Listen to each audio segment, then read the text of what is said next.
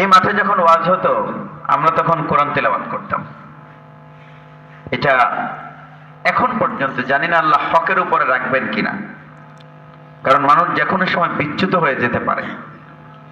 আল্লাহ যদি দয়া করে হেদায়েতের উপর কায়েম রাখেন তাহলে এটা আপনাদের জন্য নিয়ামত, যে ছেলেদের শুরু হয়েছে আপনাদের এই সব মাঠ থেকে, তারা এখন সারা দেশে কথা বলছে।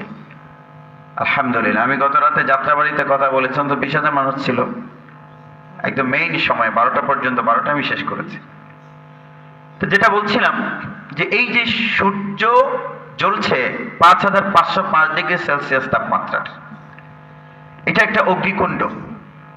তো পাথরগুলো যখন দিয়ে ওই পাথরগুলোকে, এক একটা পাথর পৃথিবীর চেয়ে বড়, ওইগুলোকে জ্বালিয়ে পুড়িয়ে ছাই করে উড়িয়ে দেয়। সুবহানাল্লাহ বলবেন না? ফাঁকে হলোটা কি? পৃথিবী বেঁচে গেল কেমনে? সূর্য যদি হিট না দিত তাহলে পাথর পৃথিবীকে ধাক্কা মারত। আল্লাহু আকবার। আমাদের পৃথিবীকে টিকিয়ে রাখছেন কে? আল্লাহ। আমরা নামাজ পড়লেও টিকিয়ে রাখছেন, না পড়লেও দয়া করছেন। দেখি আমার বান্দা হয়তো আগামীকাল নামাজ পড়বে। নজরুল সে কথা বলছেন, খোদা তোমার হুকুম তরক করি আমি প্রতি পাই, তবু আলো দিয়ে বাতাস দিয়ে বাঁচাও এ বান্দা, শ্রেষ্ঠ নবী দিলে মরে ধরিয়ে নিতে রোজ হাসরে, পথ না ভুলি তাই তো দিলে পাক কোরআনের বাণী, খোদা তোমার মেহেরবানি, খোদা তোমার মেহেরবানি। জোরে বলুন, সব কার মেহেরবানি? আল্লাহর মেহেরবানি। একসাথে বলুন, কার? আল্লাহ। আমরা একটু তার জিকির করে নেই, লা ইলাহা ইল্লাল্লাহ। জোরে, লা ইলাহা ইল্লাল্লাহ। আওয়াজটা জুৎসে হচ্ছে না, একটু আওয়াজ লাগবে। আমি না হয় টায়ার্ড, আপনার তো টায়ার্ড না। জোরে বলবেন, সবাই বলুন তো জোরে, আল্লাহু আকবার। আমি গেল বছর এক জায়গায় পাবলিককে বলেছি আল্লাহু আকবার বলতে। আমার ডান পাশ থেকে এক নেতা বলতেছে, হুজুর রাজনীতি করবেন না। এদের যে পরিণতি হয়েছে পৃথিবীর ইতিহাসের রেকর্ড। আজকে বলছে ক্ষমা চাবে। অন্যায় অনেক বেশি করে ফেলেছিল তারা। আমার নামে যে জঙ্গিবাদের মামলা হয়েছিল জানেন আপনারা? অত্যন্ত দুঃখ নিয়ে বলতে হচ্ছে, কুষ্টিয়া থেকে সদর থানায় জানতে চেয়েছে মাওলানা জুবায়ের সাহেব কোন রাজনীতি করে কিনা। আমাদের ইউনিয়নের চেয়ারম্যানকে যদি জিজ্ঞেস করা হয় যে জুবায়ের সাহেব রাজনীতি করে কিনা, বললেই তো হয় যে আমার ভাতিজা ভালো মানুষ, রাজনীতি করে না। বা অন্তত তারা যে এই ধরনের রাজনীতি বোঝাতে চায় ওইটার সাথে সে জড়িত না। মাতাবুদ্দিন চেয়ারম্যান বাজারে পুলিশ আসছে, আমাদের সাবেক চেয়ারম্যান তিনি বলে দিয়েছেন যে সে রাজনীতি করে কিনা জানি না, কিন্তু তার বাপে বিএনপি করত। আগুয়া দিয়েছেন একটু। এটা তো আমি ক্লিয়ারলি ঘোষণা করছি যে আমি যদি জামাত ইসলামী করতাম তাহলে এখন বলাটা নিরাপদ ছিল না অনিরাপদ? এখন বলাটা অসুবিধার ছিল না সুবিধা? আমি তো এখনো বলছি আমি কোন রাজনৈতিক দলের মেম্বার না। সব দল আমাকে বড় বড় পদ দিতে চায়। কালকে রেজাউল করিম আবরার আমার পরে বক্তব্য রাখলো, তা আমার ডায়েরি খোঁজে দাওয়াত দেওয়ার জন্য, দেখে সব দিন 2টা-3টা করে মাহফিল নেওয়া। তো আমার বলতেছে, ভাই বাংলাদেশে তো বক্তা নাই, চাপ তো পড়বেই, সুন্দর কথা বলার অনেকে আছে, এই জন্য আমি বক্তা তৈরি করতে চাই। আমাদের আগে যে ওয়াজ করলেন আমি ওনাকে ওয়াজ এনেছি, উনি বলছেন আমি শুনলাম, আমি ওনাকে বলছি আপনি ওয়াজে আসেন। কেন? আমাদেরকে পরিকল্পিতভাবে এই ময়দানে আলেমদেরকে আনতে হবে। যদি না আনি তাহলে অশিক্ষিত মানুষগুলো যারা দিন জানে না দুনিয়া জানে না তারা ওয়াজ করবে, মানুষের কোনো ফায়দা হবে না। তো যেটা বলছিলাম, আচ্ছা বলেন তো এই বিষয়টা কষ্ট লাগার মতো না। হ্যাঁ, কেন বললো যে তার বাপে বিএনপি করতো? এরা, আমি তো রাজনীতি করি না, এরপরেও যদি এই ট্যাগ আমাকে দিতে পারে, তাহলে আমি যদি রিয়েলি কোনো রাজনীতি করতাম তাহলে কি হতো? এভাবে আলেম ওলামাকে তারা 17টি বছর কষ্ট দিয়েছে। আমি প্রশ্ন করছি, তারা কোথায় আজকে? যারা এই পানাহারের মাহফিলে আমি যখন প্রাইমারি স্কুলে ধর্মীয় শিক্ষক নিয়োগের কথা বলছিলাম, আচ্ছা আপনাদের এই যে বগুড়ায় প্রাইমারি স্কুলটা কি যেন, সৈয়দ হাবিবুল হক উচ্চ বিদ্যালয়, আপনারা যে দলই করেন, আওয়ামী লীগের অনেক লোকজন এখানে আছেন, আপনারা কিন্তু আমারই লোক। যারা আওয়ামী লীগ করেন তারা আমার লোক না? যারা বিএনপি করেন তারা আমার লোক না? সবাই আমার লোক। কিন্তু কষ্টটা আপনাদের সাথে শেয়ার করি। দেখেন, এই প্রাইমারি স্কুলে যদি ইসলাম শিক্ষা বই পড়ানোর জন্য একজন হুজুর নিয়োগ দেওয়া হয়, বাচ্চাদেরকে অজু গোসল তায়াম্মুম শেখানোর জন্য, তাহলে খারাপ হয় না ভালো হয়? এই কথাটা আমি বলছি মাহফিলে। এক নেতাই কইতেছে হুজুর রাজনীতি করবেন না। তো তোর কাছ থেকে কি রাজনীতি শিখতে হবে? এসএসসিতে আমি বোর্ডে স্ট্যান্ড করেছি, এইচএসসিতে, ইউনিভার্সিটিতে সর্বোচ্চ সিজিপিএ নিয়ে অনার্স মাস্টার্স পাস করেছি, কবি মাদ্রাসা থেকে দাওরাত হাদিস পাস করেছি, আলহামদুলিল্লাহ। সরকার আমাকে কেরাতে জাতীয় পুরস্কার দিয়েছে। আমি আলহামদুলিল্লাহ একটা ইংরেজি দৈনিকে 10-12 বছর ধরে আল্লাহর কথা লিখি ইংরেজিতে। তোমার কাছে আমার রাজনীতি শিখতে হবে? রাজনীতি কাকে বলে আমি জানি না, মোটামুটি হালকা হইলেও তো জানি। আমার কথা হলো, আমার দ্বীনের কথা বলে বলা যদি রাজনীতি হয়, সেই রাজনীতি আমি করবই করব। জোরে বলুন ঠিক কিনা? তো আমার কথা যেটা আমি বলছি, আল্লাহু আকবার বলতে এক নেতাই কয় রাজনীতি করবেন না। আল্লাহু আকবার বলা কি রাজনীতি হইল নাকি? তবে একটা বিষয় প্রমাণ হয়ে গেছে, আল্লাহু আকবার বলাতে যারা ভয় পায় এরা মুনাফিক। চোর দেখলে দৌড় দেখে, সরি, পুলিশ দেখলে দৌড় দেখে, পুলিশ দেখলেই যদি অন্তর কাঁপে বুঝতে হবে এটা কি? চোর। চোর। আর আল্লাহু আকবার শুনলে যে ভয় পায় এটা মুনাফিক। আপনারা কি মুনাফিক না মুমিন? মুমিন। জোরে বলুন। মুমিন। আল্লাহু আকবার মুনাফিকের কাছে আতঙ্কের, মুমিনের কাছে সাহসের, প্রেরণার, চেতনার। আমরা মুনাফিক না মুমিন? মুমিন। তাহলে মুমিনের মতো একটা আওয়াজ দিয়ে জোরে বলুন আল্লাহু আকবার। সবাই বললেন না? রাগ করছেন বোধহয়, যে একটা কথা বলতে যে শুরুতে শুনেন, পরে কি হয়েছে জানেন? পুলিশে আমারে অনেক ভুগাইছে কয়েকদিন। আমার মতো একটা নিরীহ মানুষ এই কথা না বললেই তো হইতো। হ্যাঁ, তুলে মুলে শেষ হয়ে গেছে। রাগ করছেন আপনারা দুইজন নাকি?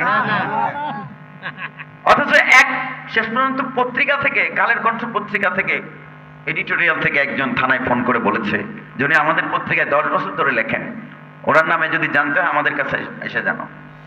ঠান্ডা হয়ে গেছে। পরে যখন দেখছে ঠান্ডা, পরে উনি কইতেছে কয় আমিও থানায় যাব তোমার পক্ষে। আগুনটা লাগাইছে কে? উনি নিজেই লাগাইছে। শয়তান লাগায় তারপরে আবার নিভাইতে চায়। আলেমদেরকে এভাবে কষ্ট দিয়েছে। আমি আমার বয়স 37 বছর। 37 বছরে তো আমি এলাকায় বড় হয়েছি। আমি চেষ্টা করেছি আগে মানুষকে সালাম দেওয়ার জন্য। আমি এরকম না যে আনোয়ার শাহ হুজুরের ছেলে, বাপের নাম দিয়ে আমি সারা দেশে খ্যাতি পেয়েছি, এরকম না। আমার বাবা আলহামদুলিল্লাহ আলেম মানুষ, কিন্তু যতটুকু আল্লাহ দিয়েছেন নিজে চেষ্টা করেছে, আল্লাহর মেহেরবানি। আপনি এটা তো ভালো চোখে দেখার কথা ছিল, এভাবে তারা ডিস্টার্ব করেছে। আমি অবাক হই, মাওলানা দেলোয়ার হোসেন সাইদি সাহেবের কি অন্যায় ছিল? সাইদির এলাকায় আমি ওয়াজ করতে গেছি, সাইদি সাহেবের গ্রামে আওয়ামী লীগের নেতা বলেছেন সাইদি যুদ্ধাপরাধী না, আমাকে বলেছেন। তাহলে এই যে 13টি বছর তাকে কারাগারে রাখা হলো, এটা ন্যায় হয়েছে না অন্যায়?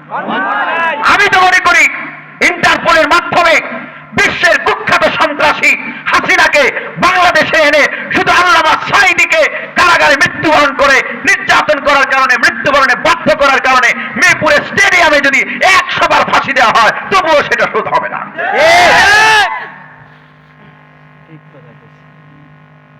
মামুনুল হকের কি দোষ ছিল? হ্যাঁ, আপনারা বলবেন যে বউ নিয়ে ঘুরতে গেছিল, বউ নিয়ে ঘুরতে যাওয়া কি অন্যায়? আমির হামজার কি দোষ ছিল? আমির হামজার ওয়াজে ভুল থাকলে আমরা ধরবো, কিন্তু আমির হামজাকে রিমান্ডে নিয়েছে কোন কারণে? আওয়ামী লীগের আমার বাবাজিদেরকে বলি, আপনারা একবার জিজ্ঞেস করছিলেন তাদেরকে? করেন নাই। এই পরিণতি হতো না। আমরা বলেছিলাম মূর্তি বানায়ও না, মূর্তি যদি না বানানো হতো তাহলে শেখ মুজিবের মূর্তি মাথায় কুড়াল দিয়ে ভেঙে বাংলাদেশের বিক্ষুব্ধ জনতা মূর্তির উপরে প্রস্রাব করতো না। হাসিনা তো মসজিদে বানাইছে, মডেল মসজিদ। কয়টা মসজিদে আক্রমণ হয়েছে? হয়েছে? কোনটা বানানো লাগবে কোনটা লাগবে না এটা বুঝতে হবে আপনাদের। এখন বাংলাদেশের প্রধানমন্ত্রীর দায়িত্বে কে? ডক্টর ইউনূস, সুধী মহাজন, প্রফেসর ইউনূস আপনার প্রধান উপদেষ্টা হয়েছে বলে আমরা তার সুদী লেনদেনের কখনোই এটা সমর্থন করব না, ঠিক কিনা? আমি কালকের মাহফিলে ঢাকায় বলেছি, যেটা ভালো সেটা ভালো, মন্দ যেটা মন্দ। তিনি যদি মূর্তি বানান সেই মূর্তিও আমরা ভাঙবো। বিএনপি ক্ষমতায় এসে যদি জিয়াউর রহমানের মূর্তি বানায় সেই মূর্তি এদেশের তৌহিদি জনতা ভেঙে তছনছ করে দেবে। আমরা ইসলামের স্ট্রেট যে লাইন সেটাতে থেকে স্ট্রেট লাইনে আমরা থাকবো। আমরা মুমিন না মুনাফিক? মুমিনের মতো পুরুষোচিত আওয়াজ দেবেন, জোরে বলুন আল্লাহু আকবার। না আওয়াজটা হয়নি, সবাই বলেননি, মুখ খুলুন, আরো জোরে বলুন আল্লাহু আকবার। এবার জোরে জিকির করুন লা ইলাহা ইল্লাল্লাহ, লা ইলাহা ইল্লাল্লাহ, লা ইলাহা ইল্লাল্লাহ, লা ইলাহা ইল্লাল্লাহ, লা ইলাহা ইল্লাল্লাহ, মুহাম্মাদুর রাসূলুল্লাহ সাল্লাল্লাহু আলাইহি ওয়াসাল্লাম।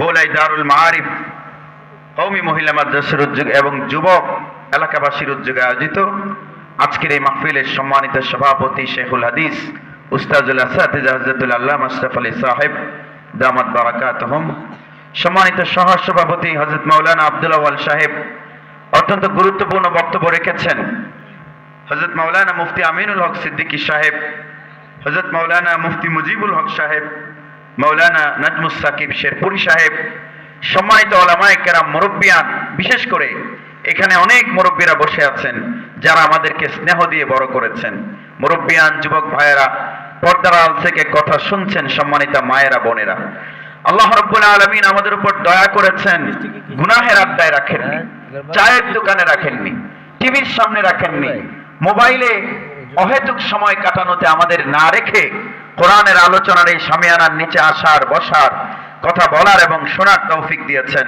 সেজন্য আমরা প্রাণ খুলে তার দরবারে শুকরিয়া জানাই, আলহামদুলিল্লাহ। আজকের বিষয় হলো রিজিক বাড়ার আমল। বলুন বিষয়টা কি? রিজিক বাড়ার আমল। আপনাদের পক্ষে না বিপক্ষে? পক্ষে। রিজিক বাড়ুক চান কিনা? চাই। আচ্ছা, রিকশা চালান কে কে? হাত তুলুন। মাশাআল্লাহ, হাত তোলা তো সোজা করুন। যারা রিকশা চালান রিজিক বাড়ুক তারা চান না? চাই। আচ্ছা, খেতে চাষ করেন কে কে? হাত তুলুন। খেত করেন, রিজিক বাড়ুক চান না? হুজুর থেকে মুজুর সবাই চায় রিজিক বাড়ুক, ঠিক কিনা? ঠিক। সম্মানিত হাজিরিন, আওয়ামী লীগ চায় কিনা? এই নাম বললেই অনেকের কলিতে সেট করে উঠে, আছে না নাই? অনেক জ্বালাইছেন আপনারা, কেউ না কিছু বলতে পারি নাই। এই মোবাইলে একটা মেসেজ দেব, 2 মিনিটের মধ্যে বাংলাদেশ সরকারের বর্তমানে 2 জন উপদেষ্টা, 2 জন মন্ত্রী আমার সাথে এতটা কানেক্টেড, 2 মিনিটও লাগবে না, মন্ত্রী নিজে রিপ্লাই দেবে। পাওয়ার চাইলে আমরা অ্যাপ্লাই করতে পারি, কি দরকার? হুজুর মানুষ, নিরীহ হয়ে থাকি। জোরে বলেন, আওয়ামী লীগ রিজিক চায় কি চায় না? বিএনপি চায় কি চায় না? জাতীয় পার্টি চায় কি চায় না? তাবলিগ চায় কি চায় না? সবাই চায়। যদি না চাইতো 12টা ব্যাংকের ফতুর করছে কে? খবর আছে আপনাদের? ব্যাংক কেমনে ফতুর করল? মনোযোগ দিয়ে শুনুন। টাকা দিল 5 কোটি ব্যাংকে, ব্যাংকে 5 কোটি টাকা দিয়ে শেয়ার হয়েছে মালিক। জোরে আওয়াজ করে বলুন, দিয়েছে কয় কোটি? 5 কোটি। 5 কোটি দিয়ে লোনের আবেদন করেছে 500 কোটি। এখন সে তো ডিরেক্টর, তারে লোন দেওয়াই লাগবে, কারণ তার সিগনেচারে লোন পাস হয়। কিন্তু ব্যাংকে যে হাজার হাজার কোটি টাকা আছে, এই টাকা কার?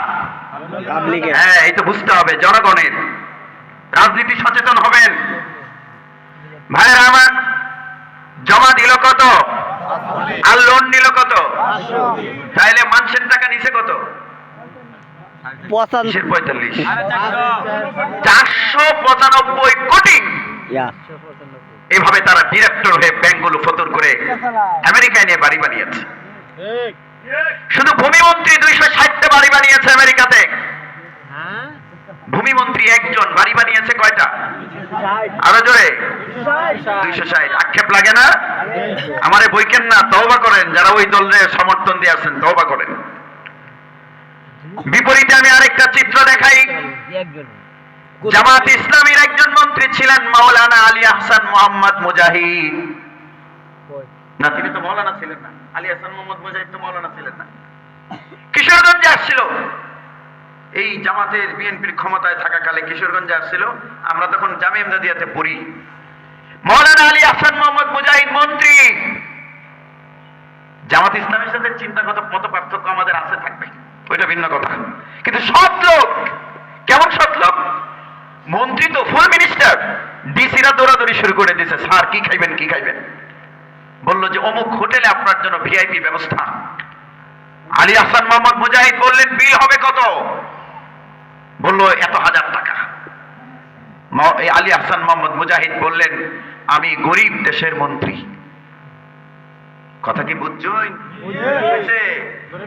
আমি গরিবের মন্ত্রী। এত টাকা যদি আমি খাই এক বেলা, তাহলে আমার দেশের নাগরিকরা তো ওই খাবার পায় না, সেটা আমি খাবো না। টিফিন ক্যারিয়ারে করে খাবার নিয়ে এসেছিলেন আলী আহসান মোহাম্মদ মুজাহিদ। আপনি দেখেন মালয়েশিয়ার মাহাতিরের কথা। বাংলাদেশে তো এরকম লোক ছিল। আওয়ামী লীগ সরকার তাদেরকে ফাঁসি দিয়ে হত্যা করেছে। যারা দেশের কল্যাণে কাজ করতো তাদেরকে মেরে ফেলেছে। আমার ভাইয়েরা 260টা বাড়ি বানালো একজন মন্ত্রী। আরো দেখায় আপনাদের কি যে করছে। এই যে মেট্রো রেল বানাইছে না, খুব ভালো কাজ করছে হাসিনা, মাশাআল্লাহ। মেট্রো রেল বানানো খারাপ না ভালো? প্রফেসর ইউনূসের প্রেস সচিব আমাকে ফোন করেছে 10-15 দিন আগে, মাসখানেক আগে। বলছে যে একটু আপনাদের সাথে কথা আছে। জাতিসংঘের বৈঠক থেকে আসছে পরে ডক্টর ইউনূসের প্রেস সচিব শফিকুল আলম। তা আমরা 7 জন হুজুরের সাথে তারা বৈঠক করবে ঢাকা এক হোটেলে। ওই দিন আমার ড্রাইভার ছিল না, আমি গেছি মেট্রো রেলে। This was my first journey by metro rail. আমি অবাক, মেট্রো রেল এত চমৎকার হয়েছে। বানাইছে কে? হাসিনা বানাইছে, ধন্যবাদ। মডেল মসজিদ বানাইছে কে? হাসিনা বানাইছে, ধন্যবাদ। ভালো কাজ করেছে। মনে রাখবেন, হাসিনার উপর থেকে মানুষের ঘৃণা একটা সময় কমবে। এরপরে কি কি ভালো কাজ করেছে এগুলো মানুষ বলবে, কিন্তু অন্যায় করেছিল অনেক বেশি। এই যে মেট্রো রেলে এরা একটু এক্সটেন্ড করবে। এখানে এখন যে সরকার ইন্টারিম গভর্নমেন্ট, এরা এসে ওই বাজেটটাকে আবার রিফর্ম করেছে, নতুন করে বাজেট করেছে। সেখানে মাত্র 7,000 কোটি টাকা সাশ্রয়। কথা কি বুঝছেন? কয় কোটি? 7 টাকা না, কিন্তু যেমন আপনার বই রেশন মনে হয় 7 টাকা। 7,000 কোটি টাকা এক প্রকল্পে। এরা দেখেছে এই টাকাটা দুর্নীতি হবে, এটা সেভ করেছে, এই টাকা লাগে না। আমার ভাইয়েরা, ঢাকা থেকে কুড়িগ্রাম পর্যন্ত রেলের ট্রেন লাইন করা হবে, সেটা থেকে এই সরকার সেভ করেছে 10,000 কোটি টাকা। মানে 10,000 কোটি টাকা ওরা প্রয়োজনের বেশি ধরছিল। কারে খাওয়ানোর জন্য? নেতারা খাওয়ানোর জন্য। রাগ করতেছেন আপনারা, ঠিক না? আলোচনায় যাব, এটাই আলোচনা আমার।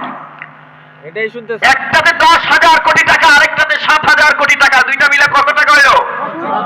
17,000 কোটি টাকা। আমি হিসেব করে দেখেছি, বাংলাদেশের 3 লাখ মসজিদের ইমামকে সরকারি প্রথম শ্রেণীর পদমর্যাদায় ফার্স্ট ক্লাস গ্রেডে স্কেলে তাদেরকে বেতন দেওয়া যাবে।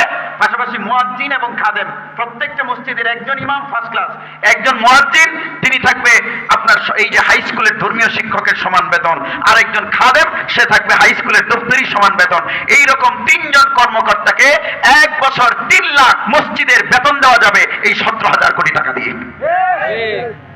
সেই টাকা তো চলে গেছে পকেটে।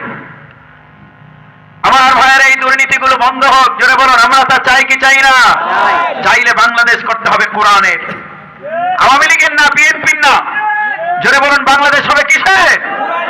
আমরা তা চাই কি চাই না? এই কিশোরগঞ্জের এক আওয়ামী লীগের নেতা আমারে ফোন করেছে, 20 মিনিট কথা বলছি। সে আমারে কইতেছে, হুজুর সামনে যদি নির্বাচন হয় তাহলে আলেমদেরকে ভোট দেবো। আরে ভাই ঠেলার ছুটে হোক ভাইজান, যেমনি হোক, কইছে তো এটা খারাপ না ভালো? সে বুঝতে পেরেছে অন্যায় করেছিল, তবে করুন। আমরা এটা চাই, আপনারা ফিরে আসুন। জোরে বলুন, চাই কি চাই না? চাই। সামনের বাংলাদেশ হবে কোরআনের। জোরে বলুন, বাংলাদেশ হবে কিসের? কোরআনের। আমি তো এইসব বিষয় নিয়ে কথা বলি। আজকে আপনারা আমার আপনজন মানুষ, এত কঠিন বিষয়ে যাব না, কিন্তু কোরআন দিয়ে সমাজ প্রতিষ্ঠা করলে কোন কোন সেক্টরে দ্রুত সমৃদ্ধি আনা যাবে, এটা তো আমি পয়েন্ট বাই পয়েন্ট আলহামদুলিল্লাহ বলি, কিন্তু আজকে সেদিকে যাব না। শুধু একটা কথা কই, বাংলাদেশে কোটিপতি আছে 1,19,361 জন। তাদের সম্পদ থেকে যদি যাকাত আদায় করা হয়, তাহলে যাকাত আসবে 80,000 কোটি টাকা। এই যাকাত কাদের হক? গরিবের। আমাদের। জোরে বলুন, কাদের? আমরা যারা গরিব, আমাদের হক। ও ভাই, কোরআন যদি প্রতিষ্ঠিত হয়, যাকাত বোর্ড নতুন করে সাজানো হবে। সেই যাকাত বোর্ডে 80,000 কোটি টাকার যাকাত। বাংলাদেশের 16 লাখ ভূমিহীন পরিবার, ল্যান্ডলেস ফ্যামিলি 16 লাখ। আপনি প্রথমবার যাকাত তুলে 16 লাখ পরিবারকে যদি বন্টন করেন 80,000 কোটি টাকা, প্রত্যেকটি পরিবার 5 লাখ টাকা করে একসাথে পাবে।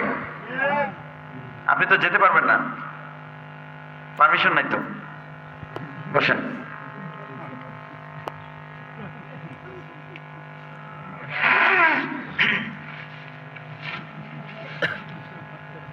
জয় বলুন আল্লাহু আকবার। আচ্ছা, আমাদের পৌলাইয়ের যে মহিলা ভিক্ষা করেন, তাকে যদি আপনি একসাথে 5 লাখ টাকা দেন, তাহলে তার পরদিন আর ভিক্ষা করা লাগবে না। কিস্তির চিন্তা আছে? না। নাই, কারণ গ্রামীণ ব্যাংক থেকে 500 টাকা লোন নিলে কিস্তি দেওয়া লাগবে, মারা গেলে লাশ দাফনের আগে হলেও কিস্তি দেওয়া লাগবে।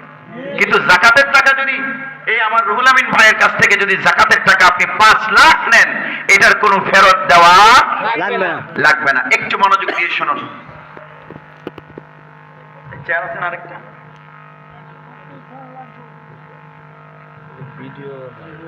আমার ভাইয়েরা, একসাথে পরিবার চলে গেল 16 লাখ। কয় টাকা করে দিলাম? 5 লাখ করে। পরের বছর আবার যাকাত আসবে 80,000 কোটি টাকা। এখন কিন্তু ল্যান্ডলেস ফ্যামিলি নাই, ভূমিহীন পরিবার, মানে যাদের ঘর নাই, বাড়ি নাই, কমলাপুর রেলওয়ে স্টেশনে থাকে, কিশোরগঞ্জের রেল স্টেশন আছে না কিছু মানুষ, ভূমিহীন। এই ভূমিহীন পরিবারকে 16 লাখ দিয়ে দিলাম, প্রথম বছর এরা শেষ, এরাই মোটামুটি সমৃদ্ধ। পরের বছর আর ভূমিহীন পরিবারই নেই। পরে পাওয়া গেছে এক বেটা, ক্ষেত নাই আর কি, খালি বাড়িটা আছে, হে বেটা দেওয়া হইব ক্ষেত। আরেকজনের দোকান নাই, দোকান দেওয়া হবে। আরেকজনের রিক্সা নাই, রিক্সা দেওয়া হবে। এভাবে দেওয়া হবে পরের বছর 16 লাখ পরিবারকে। জোরে বলুন, 2 বছরে 16 আর 16 কয় 30 হইল? 32 লাখ পরিবার শেষ। পরের বছর আবার যাকাত আসবে 80,000 কোটি টাকা। এখন তো দেখা যায় যে ভূমিহীন, জমিহীন কোনো কৃষকও নাই। এখন পাওয়া গেল কিছু কৃষক যাদের ক্ষেত আছে, হালের গরু নাই, পানির মোটর নাই, রিক্সা চালক রিক্সা চালায়, নিজের একটা রিক্সা নাই, দোকানদার দোকানে মাল নাই। এমন দোকানদার বের করা হবে 16 লাখ। এদেরকে দেওয়া হবে আবার 5 লাখ টাকা করে। পরের বছর আবার গেল 16 লাখ। 300 লাখ কত হইল? 48 লাখ পরিবার চলে গেছে 3 বছরে। পরের বছর আবার যাকাত আসবে 80,000 কোটি টাকা। দেখুন কোরআন দিয়ে কিভাবে রাষ্ট্রকে সমৃদ্ধ করা যাবে। আবার দিলেন 16 লাখ। কত গেল? 400 কত হয়েছে? হ্যাঁ, 64 লাখ পরিবার চলে গেছে। পরের বছর আমি ধারণা করি যাকাত আরো বাড়বে। যাকাত কেমনে বাড়বে জানেন? ওই যে প্রথম বছর 16 লাখ পরিবারের দিসলাই, এই 16 লাখ পরিবার থেকে পরের বছর যে আবার 16 লাখ, পরের বছর আবার 16 লাখ, আবার 16 লাখ। এই যে 64 লাখ পরিবারকে দিলেন, এই 3-4 বছরে 64 লাখ পরিবার থেকে অন্তত 2-4-5 লাখ পরিবার তারা নিজেরা দাঁড়িয়ে যাবে, তারাও কিছু কিছু যাকাত দিতে পারবে। বলুন তাহলে যাকাতের দাতা কমবে না বাড়বে? বাড়বে। আর গ্রহীতা বাড়বে না কমবে? কমবে। বাংলাদেশ তো সমৃদ্ধ হয়ে যাবে। মাহাতি মোহাম্মদ বিমান ভাড়া করে আসবে, কেমনে দারিদ্র বিমোচন করতে হয় এটা দেখার জন্য। বাংলাদেশ সমৃদ্ধ হয়ে যাবে দেশ। আমি এই ওয়াজ করছি ঢাকায়, এক ইউনিভার্সিটির প্রফেসর কইতেছে, কয় হুজুর এই এত কথা কইলেন গ্রামীণ ব্যাংকের বিরুদ্ধে, আশার বিরুদ্ধে, গ্রামীণ ব্যাংকে যে এত মানুষের চাকরি দিছে হেটার কি হইব? তা আমি কইলাম যে চাকরি আমি দেব। কই কেমনে? আমি কইলাম যে আমারে সরকারের জাকাত মন্ত্রণালয়ের মন্ত্রী বানানো লাগবে। আপনারা মন্ত্রী বানাইলে না খুশ নাকি? এই কাম আমি করতে চাই না, কাম আলাদা আলাদা। সম্মানিত হাজিরিন, আমি বললাম আমাকে জাকাত মিনিস্ট্রির দায়িত্ব দিতে হবে। কেমনে? তাকে আমি পাল্টা প্রশ্ন করলাম, আপনার সরকার যে ইনকাম ট্যাক্স নেয় ওই ট্যাক্স নেওয়ার জন্য লোক আছে না নাই? বলছে আছে। কয় হাজার? কয় 15-20 হবে। তাই বললাম জাকাতের তো শুধু কালেকশন না, ইনকাম ট্যাক্সের শুধু কালেকশন আছে, ডিস্ট্রিবিউশন নাই, বিতরণ নাই। কিন্তু জাকাতে টাকা নিতেও হবে আবার দিতেও হবে। জোরে বলুন। নিতেও হবে, দিতেও হবে। এটার জন্য লোক লাগবে কি লাগবে না? লাগবে। তুলবে, সম্পদের উর্বরের কয় টাকা আছে এটা হিসাব থাকবে সরকারের কাছে। টাকা যদি ওনার ব্যাংক অ্যাকাউন্ট থাকে, ব্যাংক অ্যাকাউন্ট থেকে টাকা সরকার কেটে নিয়ে যাবে, জাকাতের টাকা কেটে নিয়ে আপনাদের ঘরে ঘরে এসে দিয়ে যাবে। জনগণের লোক লাগবে কি লাগবে না? লাগবে। ওই লোকদের বেতন দেওয়া হবে জাকাতের টাকা থেকে। ওই বেড়াই কইতেছে মামুর বাড়ির কলা পাইছ ইচ্ছা মতো দেয়াল ভাই। আমি বললাম না, এটা আমার ফতোয়া নয়, ফতোয়া আল্লাহ দিয়ে দিয়েছেন। আল্লাহ বলছেন إنما الصدقات للفقراء والمساكين والعاملين। আল্লাহু আকবার। আল্লাহ বলছেন যাকাত হলো ফকিরদের জন্য, মিসকিনদের জন্য, ওয়াল আমিলিন, আর যাকাতের যারা কর্মচারী তাদেরকে যাকাতের টাকা থেকে বেতন দেওয়া হবে। সুবহানাল্লাহ। তাহলে এটা বলে দিয়েছেন কে? আল্লাহ। হাজার জাকাতে বিসিএস এর জাকাত থাকবে, বিসিএস জাকাত, ইনকাম ট্যাক্স আছে যে বিসিএস এ থাকবে জাকাত। ওই জাকাত কর্ম করতে হবে, বিসিএস ক্যাডার হয়ে ফার্স্ট ক্লাস অফিসারের বেতন পাবে, ওই টাকা দেওয়া হবে জাকাতের টাকা থেকে। অর্ধ লক্ষ মানুষের সরকারি চাকরি হয়ে যাবে। জোরে বলুন, সুযোগ আছে না নাই? আছে।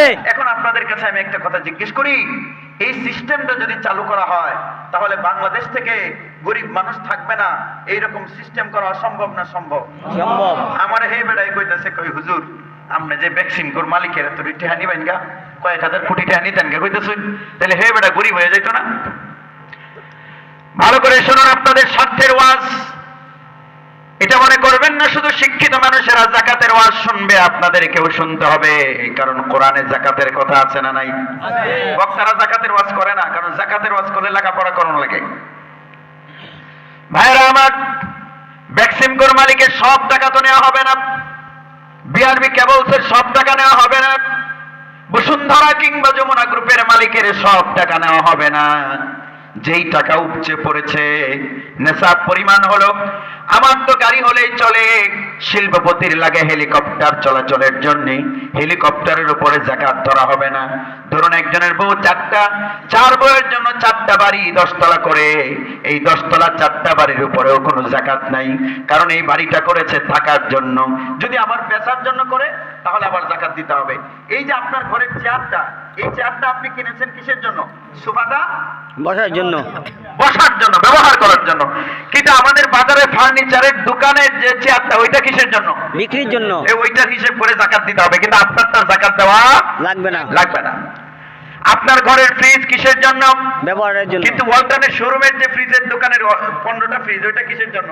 বিক্রির জন্য। ওইগুলোর মাল হিসেব করে, দাম হিসেব করে জাকাত দিতে হবে। সম্মানিত হাজিরিন, যে কথা বলছিলাম জাকাতে সমৃদ্ধকরণ। খারাপ লাগতেছে আপনাদের না? না। জাকাত দিয়ে পৃথিবীকে সমৃদ্ধ করা যাবে, অনেক মানুষের কর্মসংস্থান হবে জাকাতের মাধ্যমে। প্রশ্ন হলো, এই জাকাতে যাদের কাছ থেকে টাকা নেওয়া হবে তারা কি ফতুর হয়ে যাবে? না। কোন টাকা থেকে নেওয়া হবে? যেই টাকা তার কোনো কাজে লাগে না। ধরুন রুবুল ভাই মাসে দরকার হলো 1 লাখ, কিন্তু আল্লাহ দিয়েছে তারে 10 লাখ, বাকি 9 লাখ টাকা জমবে না? ওই টাকা জমতে জমতে জমতে জমতে জমতে জমতে পাহাড় হবে। ওই পাহাড়ের পুরোটা নেওয়া হবে না, মাত্র 2.5%। একটু আমি উদাহরণ দিয়ে বোঝাই। এই যে এটা কি গ্লাস। মাশাআল্লাহ, একটু জোরে উত্তর দেন, এটা কি গ্লাস। এই গ্লাসে ধরুন 50 মিলিলিটার পানি ধরবে। 50 মিলিলিটার, 1 মিলিলিটার হলো 1 লিটারের 1000 ভাগের 1 ভাগ। 50 মিলিলিটার পানি ধরবে। আপনি যদি এটাতে 1 লিটার পানি যদি ঢালেন তাহলে 50 মিলিলিটার হয়ে যাওয়ার পর বাকিটা যাবে কোথায়? মাশাআল্লাহ, উত্তর দিচ্ছেন, কিন্তু আরেকটু জোরে দিতে হবে। কোথায় যাবে? পড়ে যাবে। ভাই একটু এটা দেন তো জগটা, হাতে কলমে ওয়াজ। আচ্ছা, এটা তো পড়েই যাইতেছি, এটা খালি না? হেডারের তলে খালি ধরে না ভাই, হেডার কোনো ক্ষতি হইব না। পায়ে দিয়ে কি হইব? এইটা বইরা যাইব, এইটা পড়ছে, ভরার পরে জগও খালি ধরে দেন, খালি জগটা বইরে গেছে হেডার। এখন বলেন এটার কোনো ক্ষতি হয়েছে? না। This is Islamic economic system. ম্যাক্সিমকোর মালিকের, বিআরবি কেবলসের মালিকের, বসুন্ধরার মালিকের, যমুনা গ্রুপের মালিকের যেই টাকা ব্যাংকে হাজার হাজার কোটি হয়ে উপচে পড়েছে, কোনো কাজে লাগে না, সেখান থেকে পুরাটা না, সামান্য একটু এনে বৌলায়ে যেই মহিলা ক্যান্সার আক্রান্ত হয়েছে, টাকার জন্য ওষুধ কিনতে পারে না, ওইখান থেকে এনে তাকে ওষুধ কেনার টাকা দেওয়া হবে। এটাই জাকাত ভিত্তিক অর্থ ব্যবস্থা। ঠিক। জোরে বলুন, এই জাকাত বাংলাদেশে প্রতিষ্ঠিত হোক, আমরা তা চাই কি চাই না? চাই। এখন আমি নান্দাইলে ওয়াজ করছি, নান্দাইলের এমপির নাম ছিল আনোয়ারুল আবেদিন খান তুহিন। হেবেড়া মানে কইতেছে, কয় হুজুর ওয়াজটা একটু লিখে দিবেন। কি করে দিতাম? লেখা দিতেন। তা আমি কইলাম কেন লাগে? কয় হুজুর ওয়াজ আমি সংসদে করতাম। পর আমি মুখের উপরে কয়ে দিছি, ওয়াজ যদি আপনি সংসদে করতেন সাইন ফেস লাগাইল ভাই, এর চেয়ে ভালো আমারে দিলেন কে কয়ে গিয়া। ঠিক। বেলা কয় হুজুর এমপি হইতেন, এমপি হইলে সমস্যাটা কি? এরকম ইচ্ছা আমার নাই, কিন্তু পার্লামেন্টে কথা বলার মতো উলামায়ে কেরামের যোগ্যতা আছে না নাই? আছে। জোরে বলুন, পার্লামেন্টে আলেমদের যাওয়ার দরকার আছে না নাই? আছে। ফজলুল হক আমিনী রাহিমাহুল্লাহ এমপি ছিলেন। তা আমাদের, আপনারা রাগ করতেছেন নাকি যে ওয়াজে যায় না? তা কি কইতেছে? যাকাতের আসল ওয়াজ হয়ে গেছে, যেইটুকু ওয়াজ করছি সেইটুকু ওয়াজই তো অনেক মাহফিলে আমি 1 ঘন্টা ধরে করেছি। যাকাতের ওয়াজ এটা সহজে আপনাদের কাছে বলে ফেললাম, আসল কাম হয়ে গেছে। ফজলুল হক আমিনী সাহেব পার্লামেন্ট মেম্বার, অর্থমন্ত্রী ছিলেন এম সাইফুর রহমান। সাইফুর রহমান সাহেব বাজেটের বক্তব্য দিচ্ছেন। বক্তব্য দিতে গিয়ে তিনি বললেন যে পৃথিবীর দেশে দেশে সুদ আছে, এই কারণে আমরা সুদকে নিষিদ্ধ করতে পারি না। এটা পারে না এক কথা, কিন্তু পার্লামেন্টে এই কথাটা বলা মানে কি সুদের পক্ষে সাবাই গাওয়া না? দাঁড়ালেন ফজলুল হক আমিনী সাহেব, পয়েন্ট অফ অর্ডার। মাননীয় স্পিকার তখন জমির উদ্দিন সরকার। তো জমির উদ্দিন সরকার এমপি, ফজলুল হক আমিনী সাহেব তো ঐক্যজোটের বড় নেতা ছিলেন, দাঁড়াতে ফ্লোর দিয়েছেন। মুফতি ফজলুল হক আমিনী বললেন, মাননীয় স্পিকার, মাননীয় অর্থমন্ত্রী মহোদয় বলেছেন পৃথিবীর দেশে দেশে সুদ আছে, তাই নাকি সুদের বিরুদ্ধে কথা বলা যাবে না, সুদকে আমরা নাকি ব্যান করতে পারি না। যদি তাই হয় তাহলে পৃথিবীর দেশে দেশে তো চুরি ডাকাতি আছে, চুরি ডাকাতিকেও তো আইন করে বৈধতা দেওয়া দরকার। এখন বিএনপির এমপিরাও টেবিলে থাপ্পড় দিচ্ছে। ভাইরা আমার, তো পার্লামেন্টের অধিবেশন শেষ হলো। দেখুন হুজুরদের পার্লামেন্টে যাওয়ার দরকারটা কি? সাইফুর রহমান সাহেব যাচ্ছেন আর বলছেন, হুজুর আপনি একটা কাম করলেন, আমার এই কথাটা কানে কানে কইলেই তো পারতেন। আপনাদের কাছে মনে হয় যুক্তিটা তো ঠিকই, কানে কানে কইলে তো তো হুজুর এমনি কথাটা বেটারা শরম দিচ্ছে না মন্ত্রী বেটা। মুফতি ফজলুল হক আমিনী বললেন, মাননীয় অর্থমন্ত্রী, আপনার কাছে আমার প্রশ্ন হলো, আপনি যে পার্লামেন্টে দাঁড়িয়ে বললেন সুদকে আমরা রিমুভ করতে পারি না, এই কথাটাকে আপনি আমার কানে কানে বলেছিলেন নাকি? আপনি কি কানে কানে কইছিলেন? কয় না, আমি তো কইছি সংসদে। সংসদে বলছেন, টেলিভিশনে প্রচার হয়েছে, টেলিকাস্ট হয়েছে, গোটা পৃথিবীর মানুষ দেখেছে। যেখানে অন্যায় হয়েছে, যেই মজলিসে অন্যায়, যেই পরিবেশে অন্যায়, সেখানে প্রতিবাদ করা ওয়াজিব, এই কারণে আমি দাঁড়িয়েছি।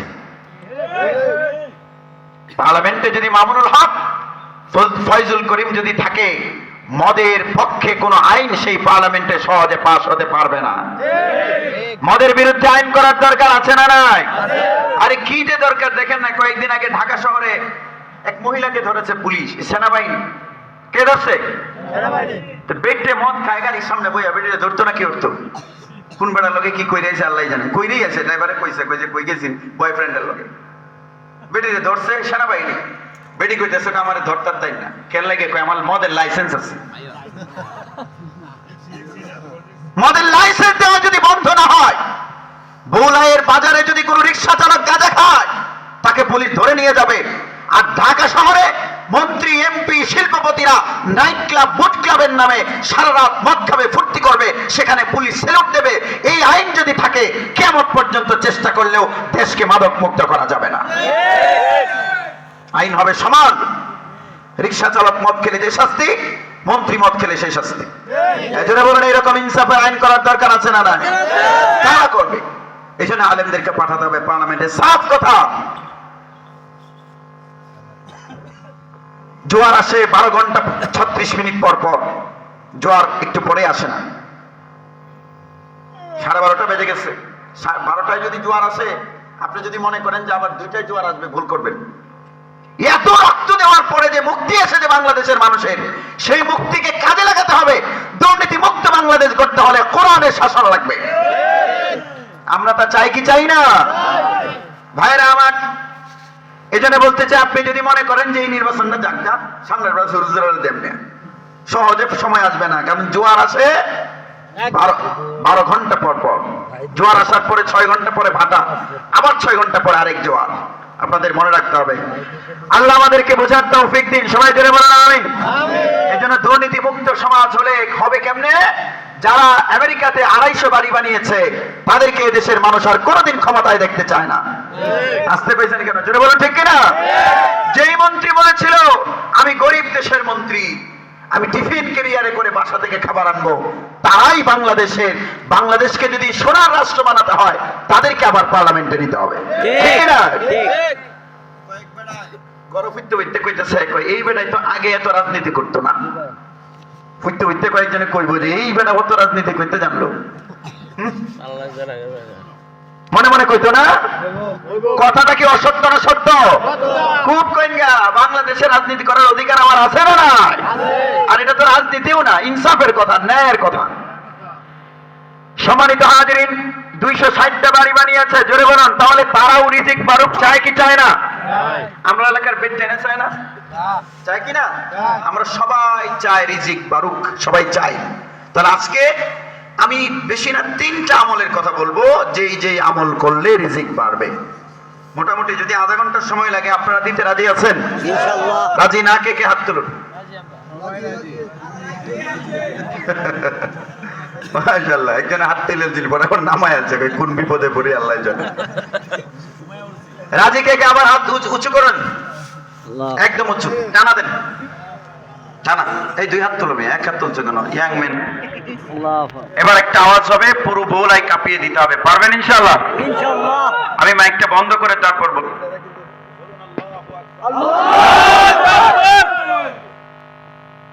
আবার বলুন আল্লাহু আকবার। রিজিক বাড়ার আমল বলবো, 1 নাম্বার তাওয়াক্কুল করা। জোরে বলুন, কি করা? আমার যা যা দরকার সব দিতে পারেন কে? আল্লাহ। আচ্ছা, আপনি এই যে বাজারের চৌরাস্তায় এখানে গেছেন, কিশোরগঞ্জে যাবেন, এখন আপনার একটা কি দরকার? গাড়ি। আরো জোরে। গাড়ি। অটোরিকশা দরকার, সেই অটোরিকশার ব্যবস্থা করে দিতে পারেন কে? আল্লাহ। সব কাজে যদি আল্লাহর উপর ভরসা করেন, আপনার রিজিক বাড়তে থাকবে। টেলিভিশন টক শোতে আমাকে এক সাংবাদিক জিজ্ঞেস করেছিল যে কোরআনের সবচেয়ে পছন্দের আয়াত আপনার কোনটা? আমি বললাম সবই পছন্দের। পরে সে বলছে, হুজুর এরপরেও সবচেয়ে বেশি পছন্দের কোনটা? আমি তখন এই আয়াতের কথা বলেছি, وَمَن يَتَوَكَّلْ عَلَى اللَّهِ আল্লাহু আকবার। فَهُوَ حَسْبُهُ। আল্লাহ বলছেন, যে ব্যক্তি আল্লাহর উপর ভরসা করে, আল্লাহ তার জন্য যথেষ্ট হয়ে যান। সুবহানাল্লাহ। মানে তার যা যা দরকার সব দিয়ে দেন কে? আল্লাহ। এজন্য তাওয়াক্কুল করতে হবে ভাইয়েরা আমার। তাওয়াক্কুল করলে যে বিষয়ে মনে করেন যে খেতে মানজরা ধরছে, মানজরা কয় না? মানজরা শব্দের শুদ্ধ হচ্ছে মাজরা পোকা। এই মাজরা পোকা ধরেছে, আর আপনি নামাজ পড়েছে, ওষুধ তো দিবেনই, কিন্তু আপনি এটা বিশ্বাস করছেন যে আল্লাহ পোকা ছাড়াই দিবেন, উপায় অবলম্বন করেছেন, কিন্তু ভরসা কার উপর? আল্লাহ। তাহলে আপনার রিজিক বাড়বে। আপনি মেয়ের বিয়ে হয় না, মনে মনে বিশ্বাস করেছেন বিয়ে হবে আল্লাহ চাইলে, তাহলে মেয়ের বিয়ে তো হবে, পাশাপাশি আপনার রিজিকও বাড়বে। ঠিক। জোরে বলুন সুবহানাল্লাহ।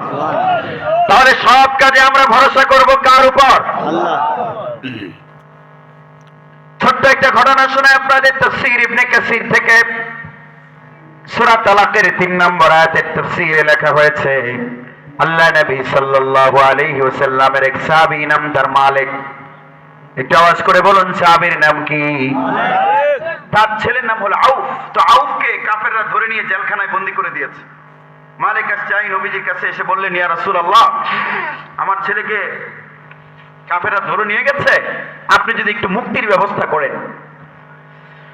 আল্লাহ নবী সাল্লাল্লাহু আলাইহি ওয়াসাল্লাম বলেন, মুক্তির ব্যবস্থা তো আমি করতে পারি না, মুক্তির ব্যবস্থা তো করতে পারেন। আল্লাহ। জোরে বলুন কে? আল্লাহ। সাহাবী বলছেন, ইয়া রাসূলুল্লাহ, আমি করবটা কি? আল্লাহ নবী সাল্লাল্লাহু আলাইহি ওয়াসাল্লাম বললেন, তুমি তাওয়াক্কুল করো আল্লাহর উপর। এটা কিন্তু রিজিকের ব্যাপারে তাওয়াক্কুল না, ছেলের জেলখানার মুক্তির ব্যাপারে তাওয়াক্কুল। সাহাবী চলে যাচ্ছিলেন, নবীজি তাকে ডাকলেন, ডেকে বললেন, শোনো, একটা দোয়া নিয়ে যাও। খুব সহজ একখানা দোয়া। এই উঠা যাবে না, বসুন। প্রস্রাব ধরেছে না? না পরে এই পিস্তা নষ্ট হয়ে গেল, পেস্ট লাগে। আচ্ছা তাড়াতাড়ি আয় পড়েন যান। জোরে বলুন আল্লাহু আকবার। আল্লাহু আকবার। মালিক আশ-শাইখ তিনি চলে যাচ্ছেন, মুহাম্মাদুর রাসূলুল্লাহ সাল্লাল্লাহু আলাইহি ওয়াসাল্লাম বললেন, মালিক দোয়া নিয়ে যাও। মালিক আশ-শাইখ বলেন, এই দোয়াটা পড়ো, লা হাওলা ওয়ালা কুওয়াতা ইল্লা বিল্লাহ। দোয়াটা কি? লা হাওলা ওয়া আরো জোরে। কুওয়াতা ইল্লা বিল্লাহ। লা হাওলা ওয়ালা কুওয়াতা ইল্লা বিল্লাহ। কঠিন না সহজ? সহজ। শুনেছেন কখনো? বেটে না খালি তাবিজের লেগে ঘুরে। এই দোয়াটা পড়বেন। আমার গাড়ি অ্যাক্সিডেন্ট করছে, যে সাদুল্লাহ চর বাজারে গাড়ি উল্টে গেছে। আমি বইয়া দেখি আমার হাত পা ঠিক আছে নাকি, দেখি সব ঠিক, গাড়ি উল্টে গেছে। আমি নতুন, এই গাড়ি প্রথম নতুন কিনছি আমি। তো সামনের গ্লাস ভেঙে গেছে, লুকিং গ্লাস শেষ, চাকা ব্রাস্ট হয়ে গেছে, হেডলাইট ভেঙে গেছে। আর গাড়ির পেছনে দুইজন লোক ছিল, তারাও অক্ষত, ড্রাইভার অক্ষত, আমি অক্ষত। আলহামদুলিল্লাহ 1% ব্যথাও হয় নাই। ঘটনা কি জানেন? ঘটনা হলো, ওই সময় আমি নেত্রকোনা থেকে মাহফিল করে কিশোরগঞ্জের একটা মাহফিল করার জন্য আসবো। 11:56 বাজে, তখন 3 মিনিট লাগবে। গুগল ম্যাপে দেখাচ্ছে মাহফিলে যেতে সময় লাগবে কয় মিনিট? 3 মিনিট। 3-4 মিনিট। ওই সময় আমি মোবাইলটা নিয়েছি গুগল ম্যাপে দেখার জন্য যে কতটুকু রাস্তা আছে আর। কিন্তু আমার মুখে একটা আমল ছিল, সেটা ছিল কি?